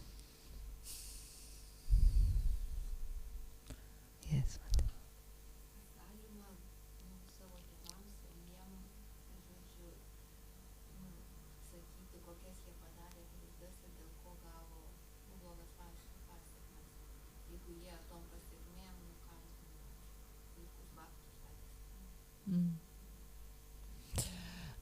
Can we tell our parents what the mistakes they did in their life and why they are suffering these consequences now because of their mistakes? Because parents, they like to accuse others, like devotees and children and something. And God, accuse God that is not so. Can we tell them that about their own mistakes? Mm-hmm. Mm-hmm.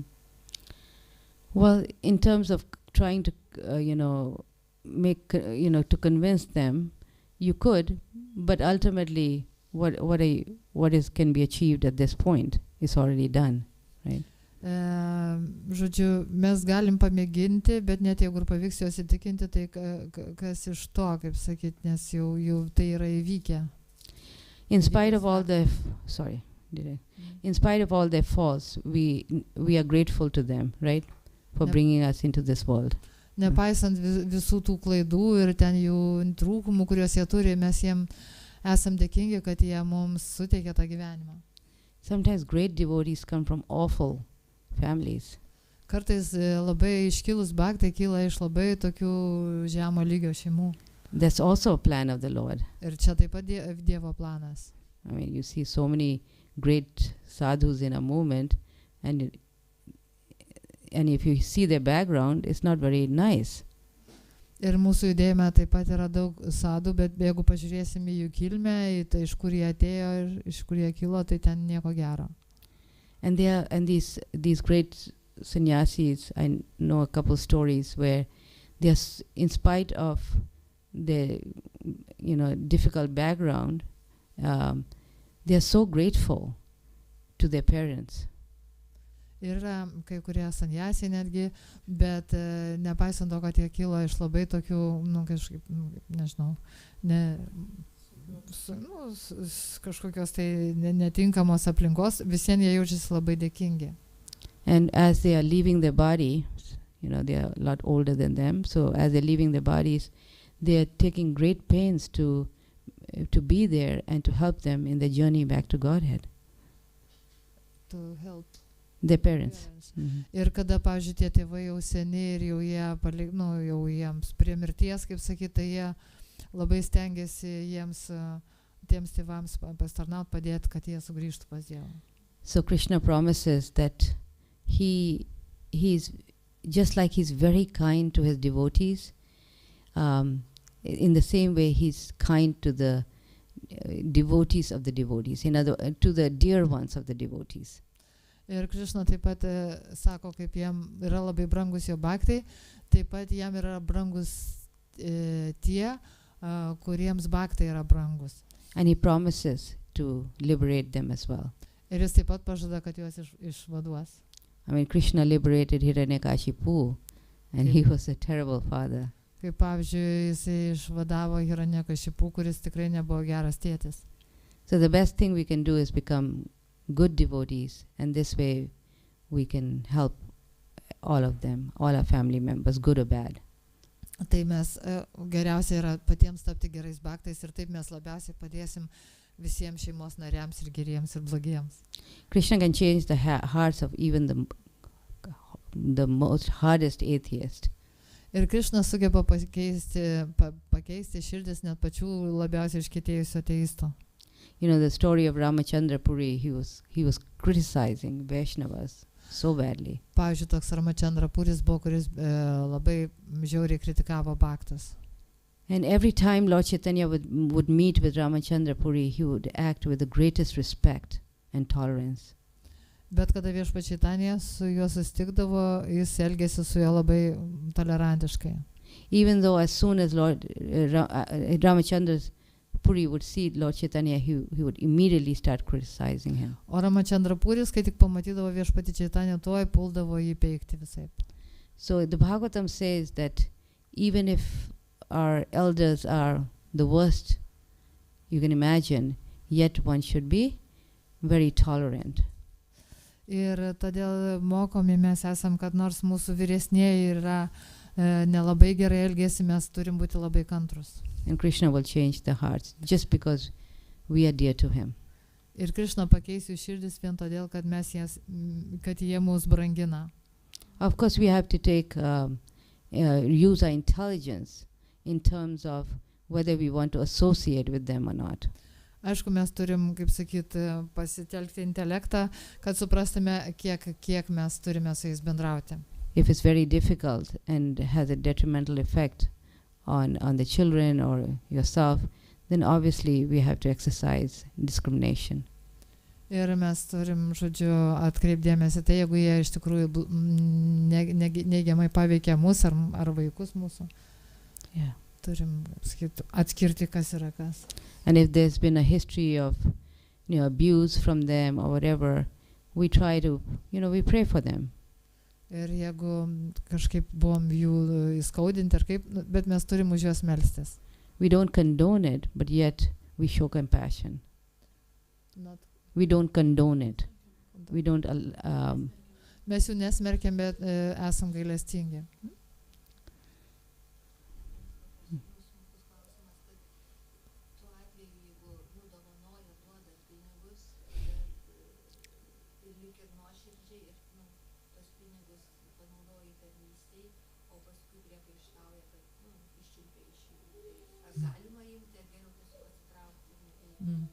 If there is a situation that, for example, they give you money and you take money used for the service, okay, but then they are accusing you that you are like squeezing the money from them and this and that. So what is better to do, not to take, or to take this money and use for service, and then, or not to take at all? And well, if it's creating a lot of anger and hatred on their side, then we don't have to take that money. Jeigu iš jų pusės bus tokio pykčio ar nepykantos daug, tai geriau neimtų pinigų. Yeah.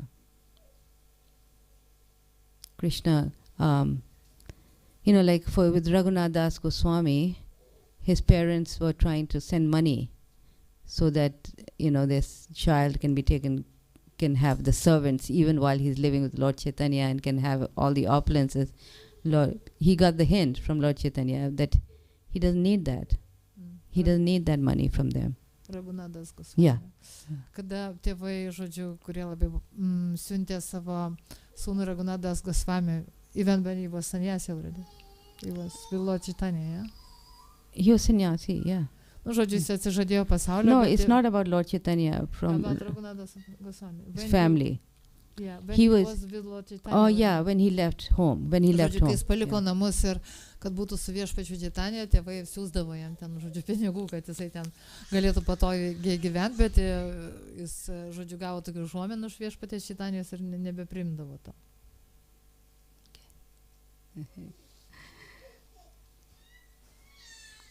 I have a question, if nobody has. Okay. Oh, you have. Okay. So it's like long time confusion because we accept this philosophy and we try to implement this Vedic culture in our life somehow. And there are rules and traditions which are for us like far different from our experience, including these positions of men and women, what should be like proper relationship, what can women do, because sometimes men say that women cannot do this, but they have to do this, and we are like, why? And so how to understand our how to say, positioned properly. Or more or less like this. Nu, žodžiu, kad mes čia bandom, žodžiu, skaitom filosofiją, bandom pritaikyti tas vedų tradicijas savo gyvenime ir nelabai suprantam, kaip, kur, ką ir kaip taikyti ir kas liečia vyrų ir moterų vaidmenis. Žodžiu, kartais ten sakoma, moteris gali tą, negali to, mes galvojam, kodėl čia taip, nes mes iš tikrųjų visai iš kitokios aplinkos atėję. Tai va toks klausimas, kaip teisingai tai pabandyti padaryti. Well, that's why it's very difficult to follow Varna Ashram Dharma in today's modern society. Aišku, šiuolaikiniais visuomenė yra labai sunku laikytis Varnašramo dharmos reikalavimo. So that is why the ultimate Sanatan Dharma is what's very important. Todėl svarbiausia yra šita Sanatana dharma, amžinoji dharma. The process of hearing and chanting is important, is more important than following certain Varna Ashram rules. Todėl laikyti, žodžiu, tas šventų, žodžiu, kartojimas ir klausimas ir kartojimas, visi šitie bhakti procesai yra daug svarbiau negu, žodžiu, laikytis tų visuomenės luomų ir panašiai taisyklių. You know, times have changed so much. I mean, the old Vedic concept of women staying at home to take care of children, even that has changed. Women are now working mostly. Ir viskas labai pasikeitė ir netgi tas, žodžiu, ta tradicija, kad moteris būna namuose, rūpinasi vaikais, yra visai kitaip dabar, moteris eina dirba ir taip toliau.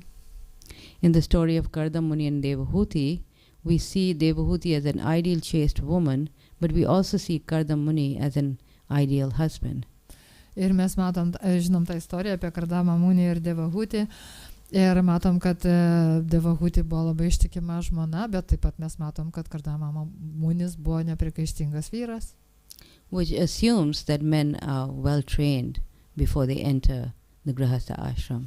Ir reikia suprast, kad vyrai buvo gerai paruošti, išlavinti prieš tai, kada jie įeina į tą Grihastas gyvenimą. And they're ideal human beings that women can look up to. Ir tai yra kaip tobulos gyvos būtybės, į kurias moteris gali žiūrėti kaip į, reiškia, aukštesnį ir sektiną pavyzdį. And we don't see that anymore. Ir dabar to nebėra. So obviously it becomes very difficult. Todėl labai sunku. So, but the thing is that in all these stories, the principles, the underlying principles are very important. Bet turime atkreipdėmės tai, kad visose šitose istorijose svarbus tas pagrindinis esminis momentas. We see in the story of Kardam Muni and Devahuti the mutual respect and love that they had for each other. Ir matom Kardama Munio ir Devahutės istorijoje tą tarpusavio meilę ir pagarbą. It's very, very important. Labai labai svarbu. So, Mutual respect and love. yeah. Yes. So, so we try to, follow those principles of, the way the Lord made the women. They are naturally made. They are naturally made to follow. Ir viešpats taip jau sutvėrė moteris, kad joms natūralu yra sekti paskui kažką. Prabhupada said that women must be protected at every stage of her life. Ir Prabhupada kartoja, kad moteris turi būti apsaugota bet kuriuo savo gyvenimo periodu. As a child, she's protected. He or she is protected by the father. Kaip vaikas, ji turi tėvas ją globoti. And when she gets married, she's protected by the husband. Kai išteka, ją turi globoti vyras. And if this husband is left, or whether he died or there's divorce, then she must be protected by her children. Ir jeigu vyro nebėra, ar jisai mirė, ar ten atsiskyrė kažkaip, tai tada vaikai turi ją globoti. Or she takes shelter at the temple. Arba ji priima prieglobstį šventykloje. But the key thing that Prabhupada stressed was that they must be protected. Bet esmė tame, kad ją kažkas turi globoti. And so by keeping this in mind, the women save themselves from a lot of trouble. Ir jeigu mes tai prisiminsim, tai galima išvengti daugybės visokių nemalonumo. Yeah. Kažką ne taip? Anybody has any counter thoughts? Kas nors nori paprieštarauti? Yeah. Yes. Nori paprieštarauti? Aš noriu tokia realybė yra truputį kitokia, nes žinom labai daug, bent jau vyresnio amžiaus moterų, kurios yra vienos arba vienišos, kas vaikų neturi, vyrai. Tik trumpai, po trumpus gabaliukus. Tokios kaip globos jos neturi, jos gyvena kažkur tai kažkokiam bute, ten kažkur tai namuose. Ir tarp aktų mes irgi populiacijos. And the reality is that many older women, they have no protection, means that they live somewhere alone in some apartment, whatever, and even and also among devotees we have many like this. Mm-hmm. They have no Or children. no children, Or temple. they have they have no family, no children. Mm-hmm. Yes. Yeah, and that was, and that's why Prabhupada wanted homes in Vrindavan where women could go and be protected and stay there. Todėl norėjo Prabhupada, kad būtų tokie namai Vrindavane, kur galėtų tos vienišos matažės tenai pasilikti, gyventi. Yeah, it's the unfortunate reality in today's Kali Yuga. Deja tokia liūdna realybė Kali Yugai. In Kali Yuga, 4 things don't happen: protection of Vaishnavas, Brahmanas, protection of cows, women, children, and children. Visuomenė nebegloboja nei brahmanų, nei senolių, nei karvių, nei moterų, nei vaikų. Children and old men. I mentioned. Yeah. So we try to find a situation where we feel, we feel protected. Turim ieškoti tokių aplinkybių, kur jaustume kažkokią globą, kad mus globoja. Yeah.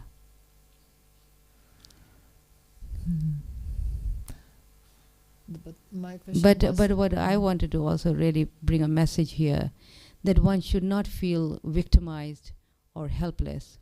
As women, when we see the examples of these great people, we should feel very empowered and to do things even at any stage of life. Yeah.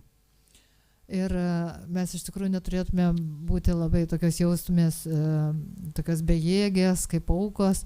Iš tikrųjų, iš tų visų istorijų mes turim pasisemti to įkvėpimo, tokio supratimo, kaip... So in the stories we have an example how to...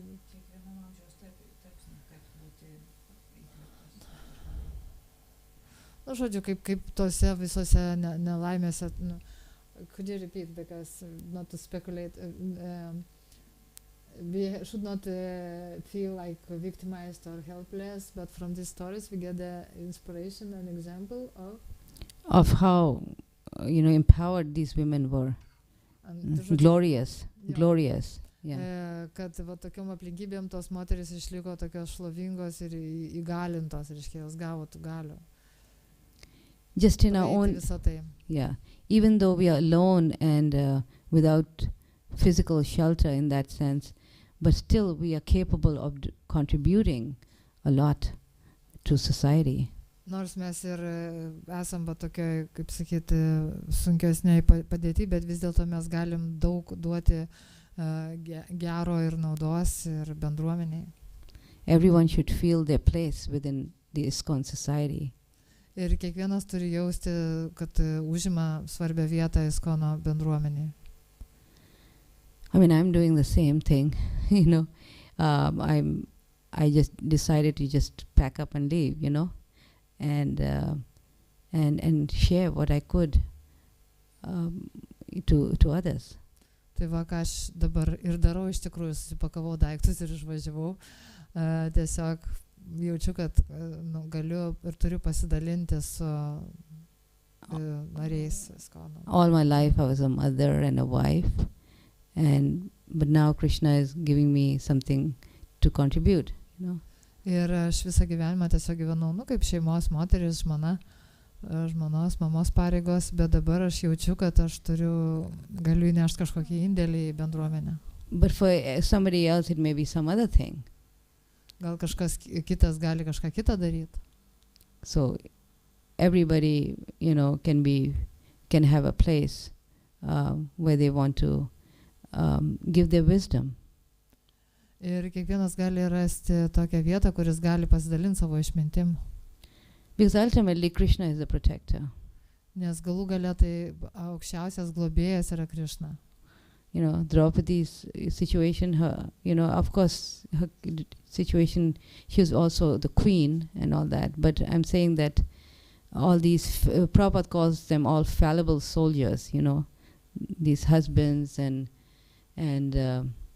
our relatives who externally kind of provide protection. But they are all fallible. They themselves need protection. Ir nors Draupadi turėjo tos galingus savo vyrus, kurie, galingi kšatriai, bet iš tikrųjų toje situacijoje nieko negalėjo padėti ir tik tai iš Krišnos galima buvo laukti globos. Because you see, the mentality of all these glorious women was that they understood one of the principles of surrender, and that's Krishna is the ultimate protector. Ir visos šitos šlovingos moteris turėjo tą bendrą tokį gilų supratimą, kad galutinis globėjas, saugotojas yra Krišna. Yes.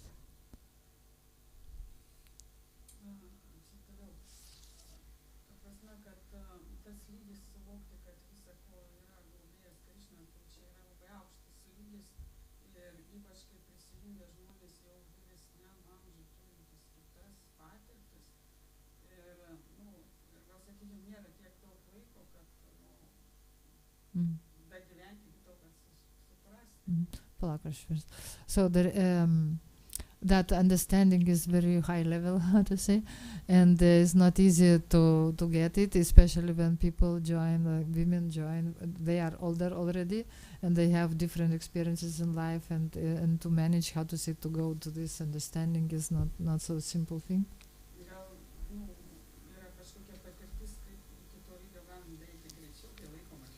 And there is not so enough time to get to this high level. Maybe we have some suggestion how to do it more quick if we have not so enough time. Well, it has nothing to do with how old you are. Krishna consciousness has nothing to do with that. Krishna sąmonė neturi nieko bendro su tuo, kiek jums metų. You can attain perfection within a moment. You can?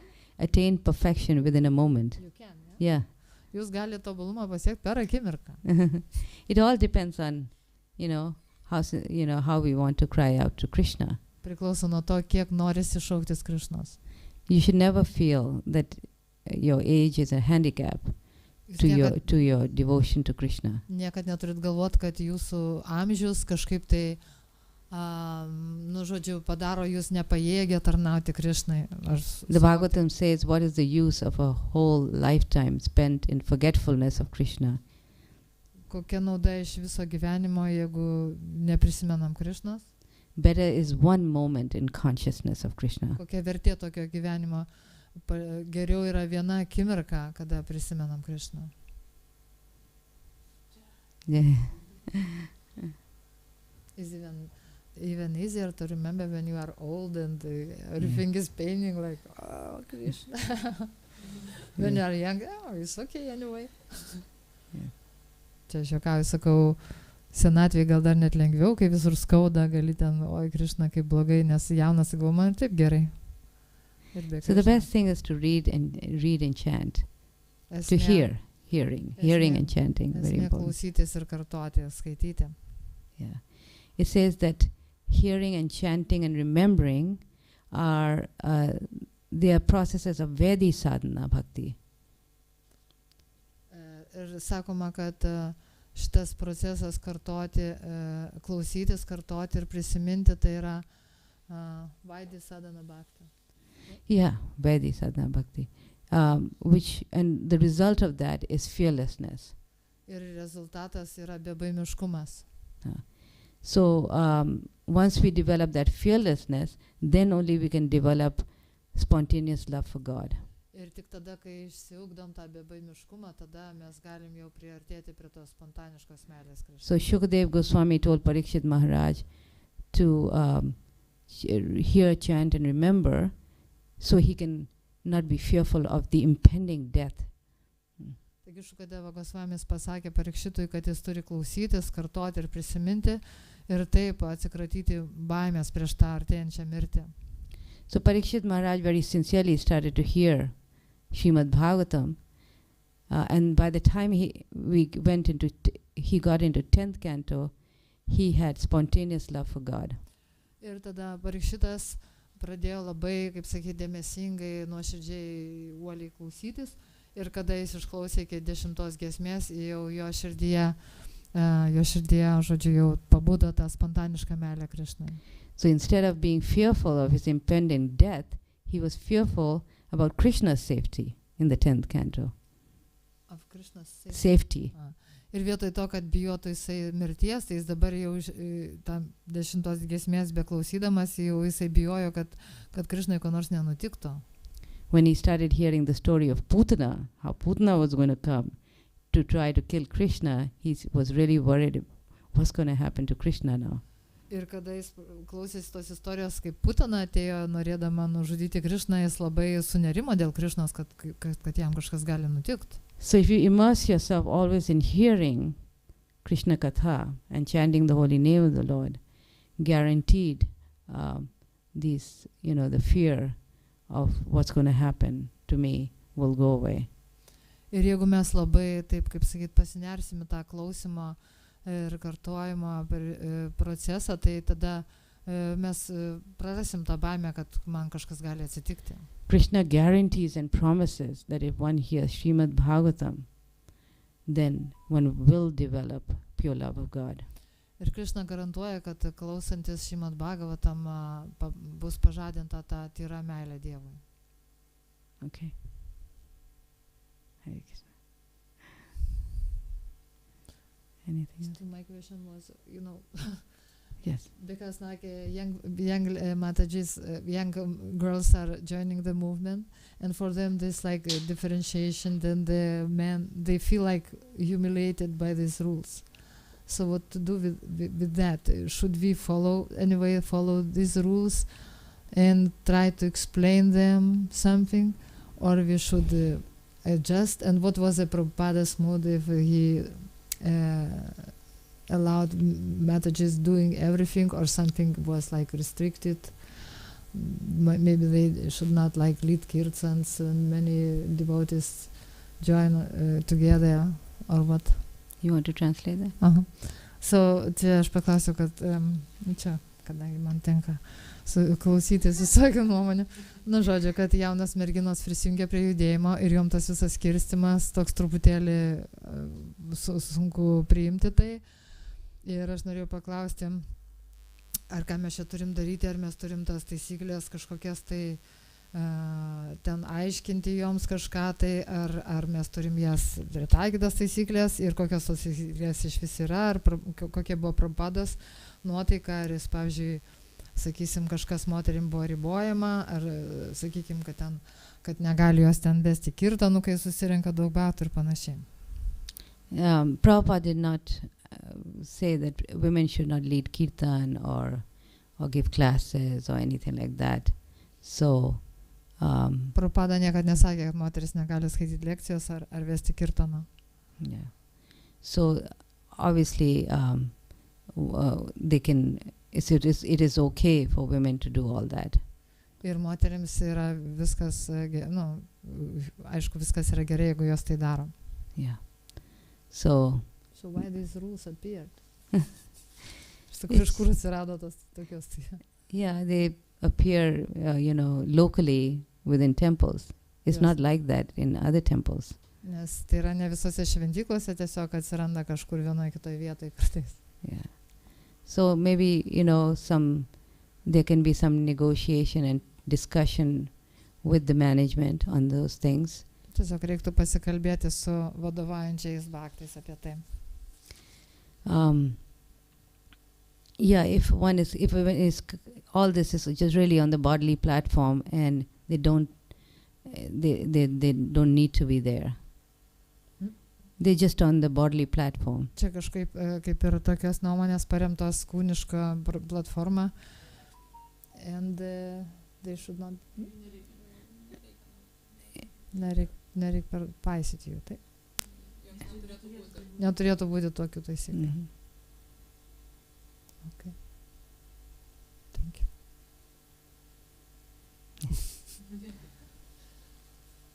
Merginos iš Galiorkos, ne?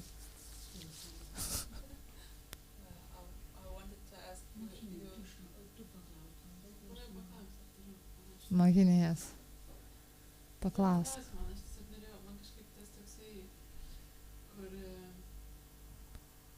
kad mes kaip ir siekiam atsiduoti kaip Draupadė, kaip Kuntė, bet protas vis nuneša ir labiau linkstam Gandharį tą pusę. Tiesiog kaip... Prakeikti Krišną, jeigu neduoda, ko nori, ne? Kaip tas protas taip neneštų. Ką daryti, kad taip neatsitiktų?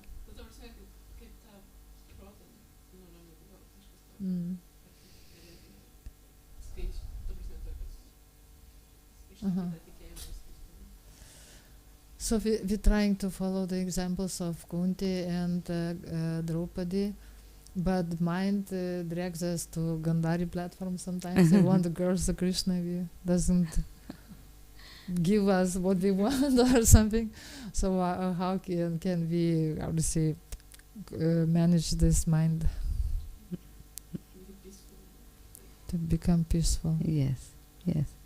Well, Prabhupada gave Krishna gave the peace formula, right?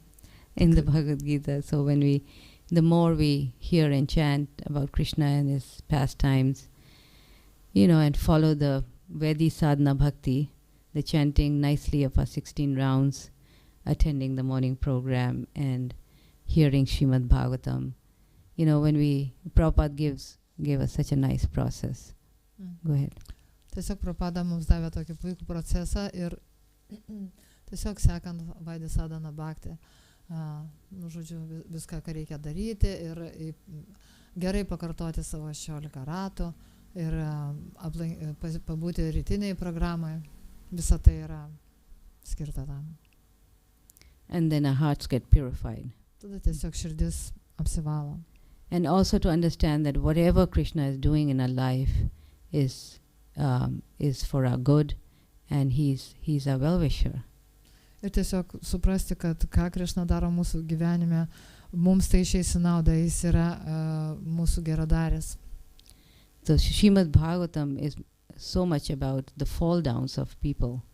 Ir Šrimad Bhagavatam paminėta tiek daug įvairių žmonių nuopolių. So it's not about the fall downs that's important, but how they pick themselves up. Bet that's more important. Svarbus ne tie nuopoliai, bet tai kaip jie pakilo po to. So even in the Bhagavatam, great personalities are falling down. Netgi ir Bhagavatam tos didžios asmenybės jos nupuola. Narad Muni fell down. Ir Narada Munis net nupuolė. Fall down from spiritual path, Yeah. Nukrypo Narada Muni? Yeah. Nuo dvasinio kelio nukrypo. Yeah, he was a Gandharva. Yeah. Huh? Yeah, there's a story of how, Before he was Narada Yeah. Muni. Prieš tapdamas Narada Muni. And then Vyasadeva fell down. Ir Vyasadeva net nupuolė. Then Bharat Maharaj, he had 3 lifetimes. He fell down. Ir Bharata Maharaja taip pat su tuo elniuku, ar ne? Nupuolė. But you see the common theme is how they pick themselves up. Bet esmė tame, kaip jie po to pakilo. And they took opportunity of their mistakes and fall downs to get closer to Krishna. Ir jie, kaip čia pasakyti, tai pasinaudojo, panaudojo tas klaidas, kaip sakyti, tą patirtį, kurią gavo per tas klaidas, kad dar labiau prie Krišnos prisėtų. Yeah, to become depressed or despondent is, Prabhupada says it's just illusion, it's maya. Ir Prabhupada sakė, kad tas nusivylimas, toks depresija, tai yra tiesiog maya. So what's more important is to pick ourselves up and to keep going. Kas yra svarbiau, tai yra pakilti ir eiti toliau. The surprising thing is is when people stay in Krishna consciousness. Stebėtis reikia to, kad žmonės lieka Krišnos sąmonėje. So many people, they just quit and they leave. Daugelis juk tiesiog paliko viską ir pasitraukė. By staying and going through all the challenges and obstacles and the sufferings, is going to ultimately free us and liberate us. Ir galų gale tas, tai, kad mes liekame, nors ir praeinam pro visokius sunkumus. Practically, it means that we simply increase our sadhana. Tai, kaip sakyti, žodžiu, tai mūsų apvalo. Ir esmė, jeigu praktiškai, tai tiesiog mes tęsiam savo sadhaną. Tai sustiprina mus. Yeah. So there's chanting, hearing, and remembering, and among all the three, hearing comes first, and then from hearing comes the chanting. Ir visų šitų trijų punktų klausimas, kartojimas ir prisiminimas pirmiausia eina klausimas ir po to jau ateina kartojimas. Okay. Yeah. Okay.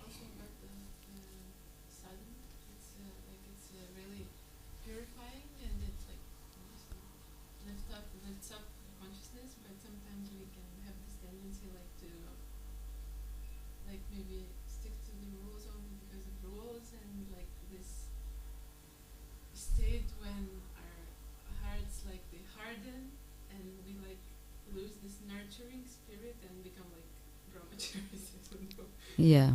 Mm-hmm. Tai lietuviškai. Yeah.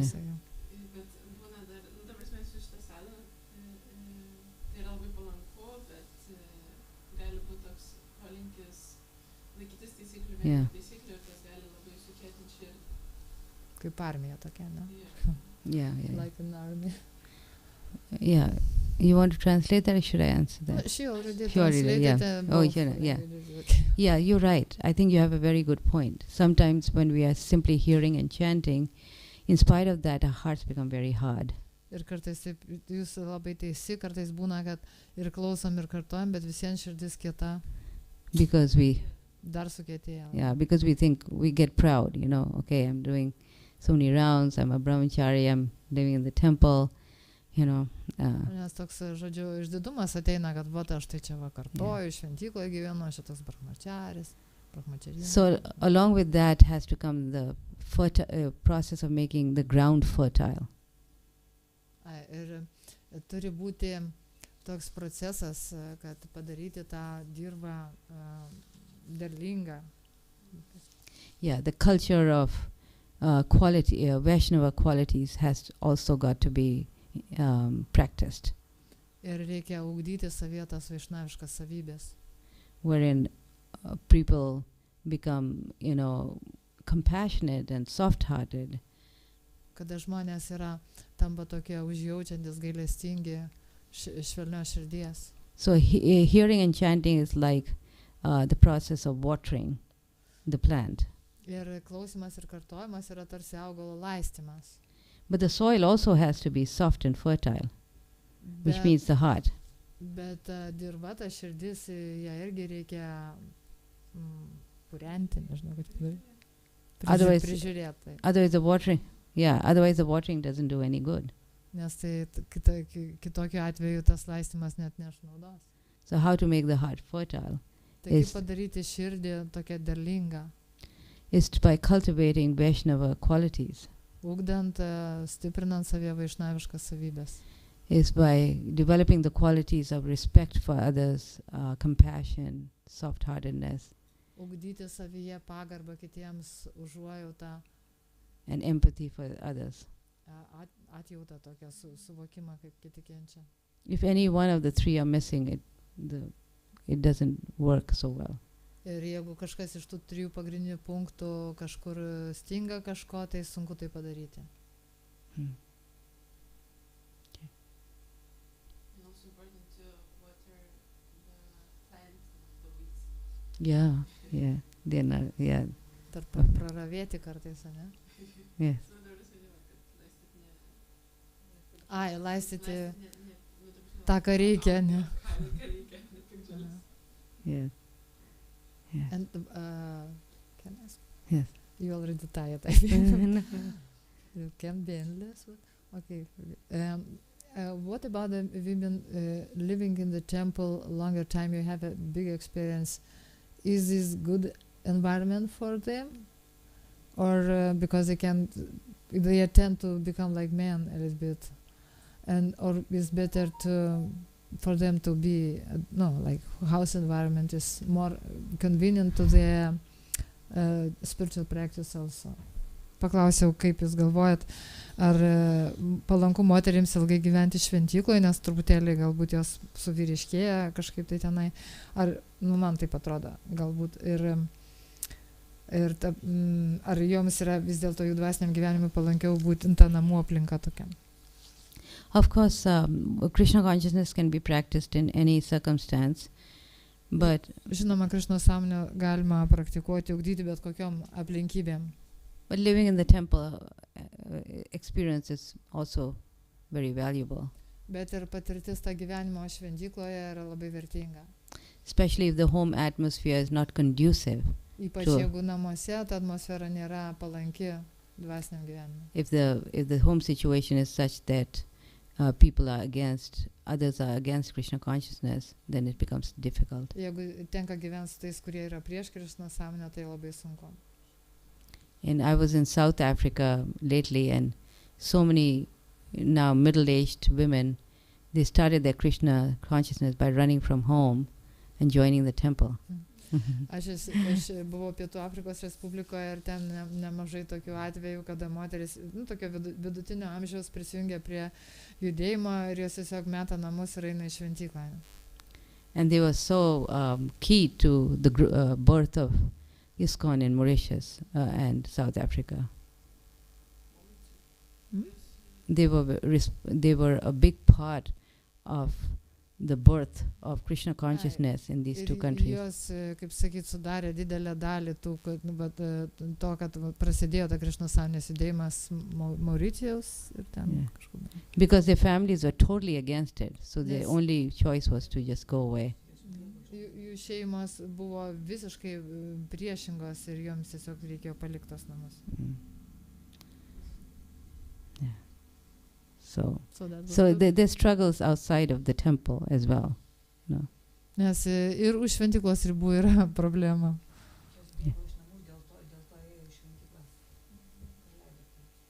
Praleido? Jos paliko todėl, kad šeimos buvo, tai taip.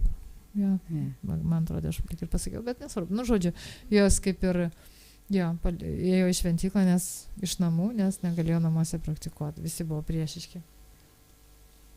But I think I get this point that the other day made that for some time it's very auspicious. Like after a few years, if you stay longer, like for, I don't know, 6-7 years, then like this case that I mentioned can come up like that. It's just too much, like seems like maybe not our nature to live in the temple. Yeah, so it's okay.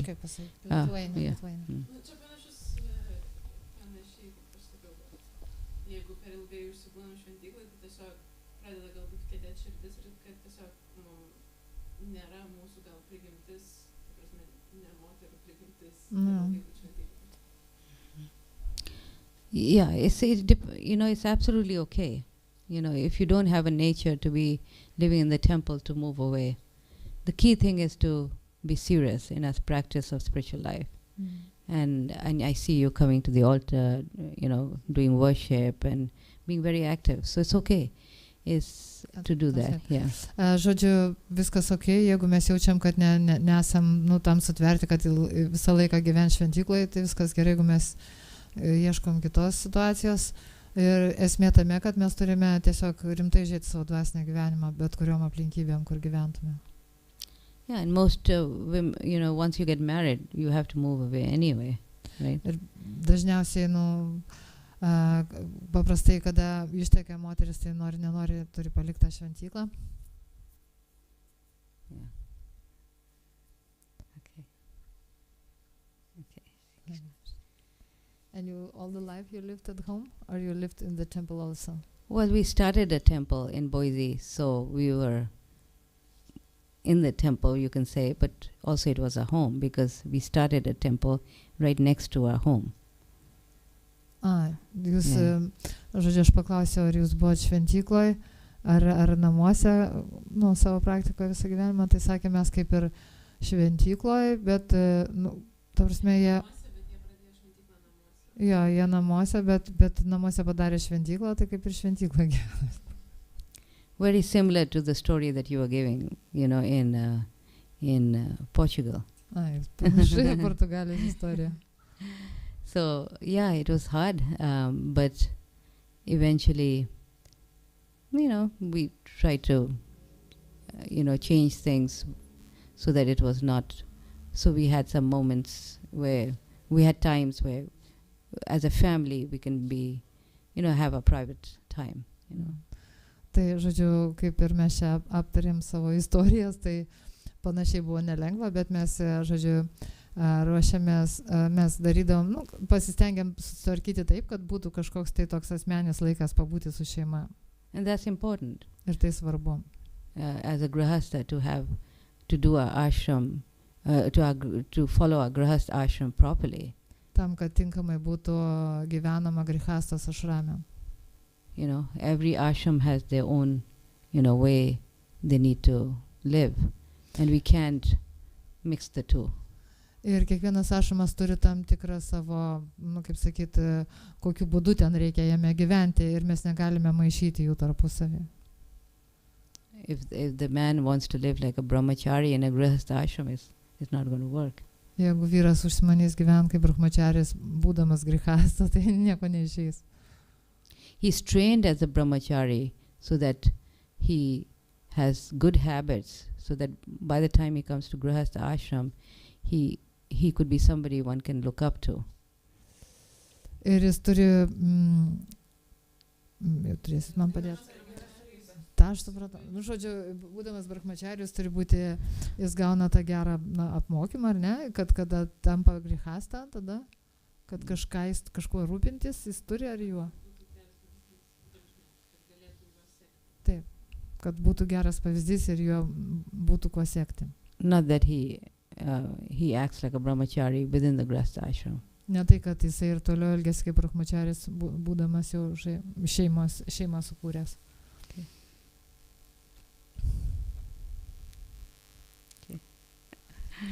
Okay.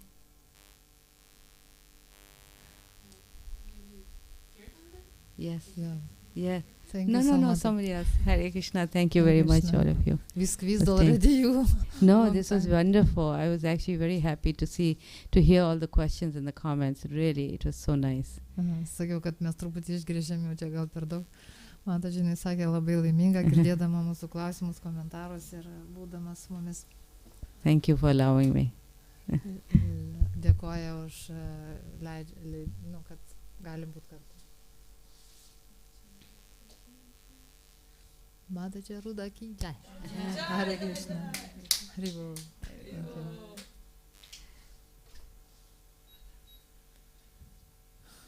It is like kaip pasakyti patvirtinimas, the proof that Krishna is taking care about women with this computer. It looked like completely hopeless, but then finally somehow, and if it doesn't work, the wire, what is the wire? Okay, like this. And then Krishna gave, maybe it's not a good place to connect the wire. Okay, another, it works. You did such a good job. Huh? You did such a good job. So it's like just by chance, by Krishna's grace, or by Krishna's grace. I know. It's my old broken computer. And we never did, nobody did before these things. Oh, really? Krishna wants his devotees to be glorified.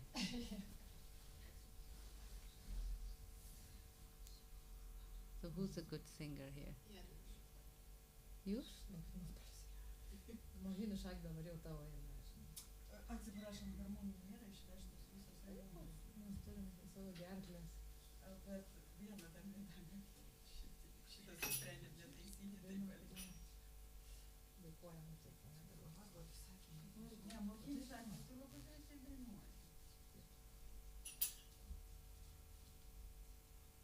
Everyone is very shy. Čia gal reikia visai pabandyti sukelti kažką. Jeigu man patiks, aš nesu visai Trumpai, ar ne? Trumpai, nes jei reikėjo pailsėti, čia vėl kankinsi. Kodėl? Iš viršaus reikia išskaisti.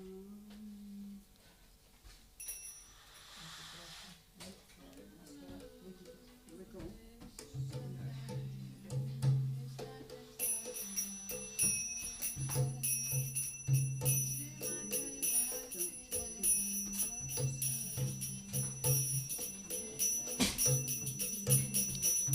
Om Vishnupadaya Krishna Prishtaya Bhutale Srimate Bhakti Vedanta Swami Iti Namine.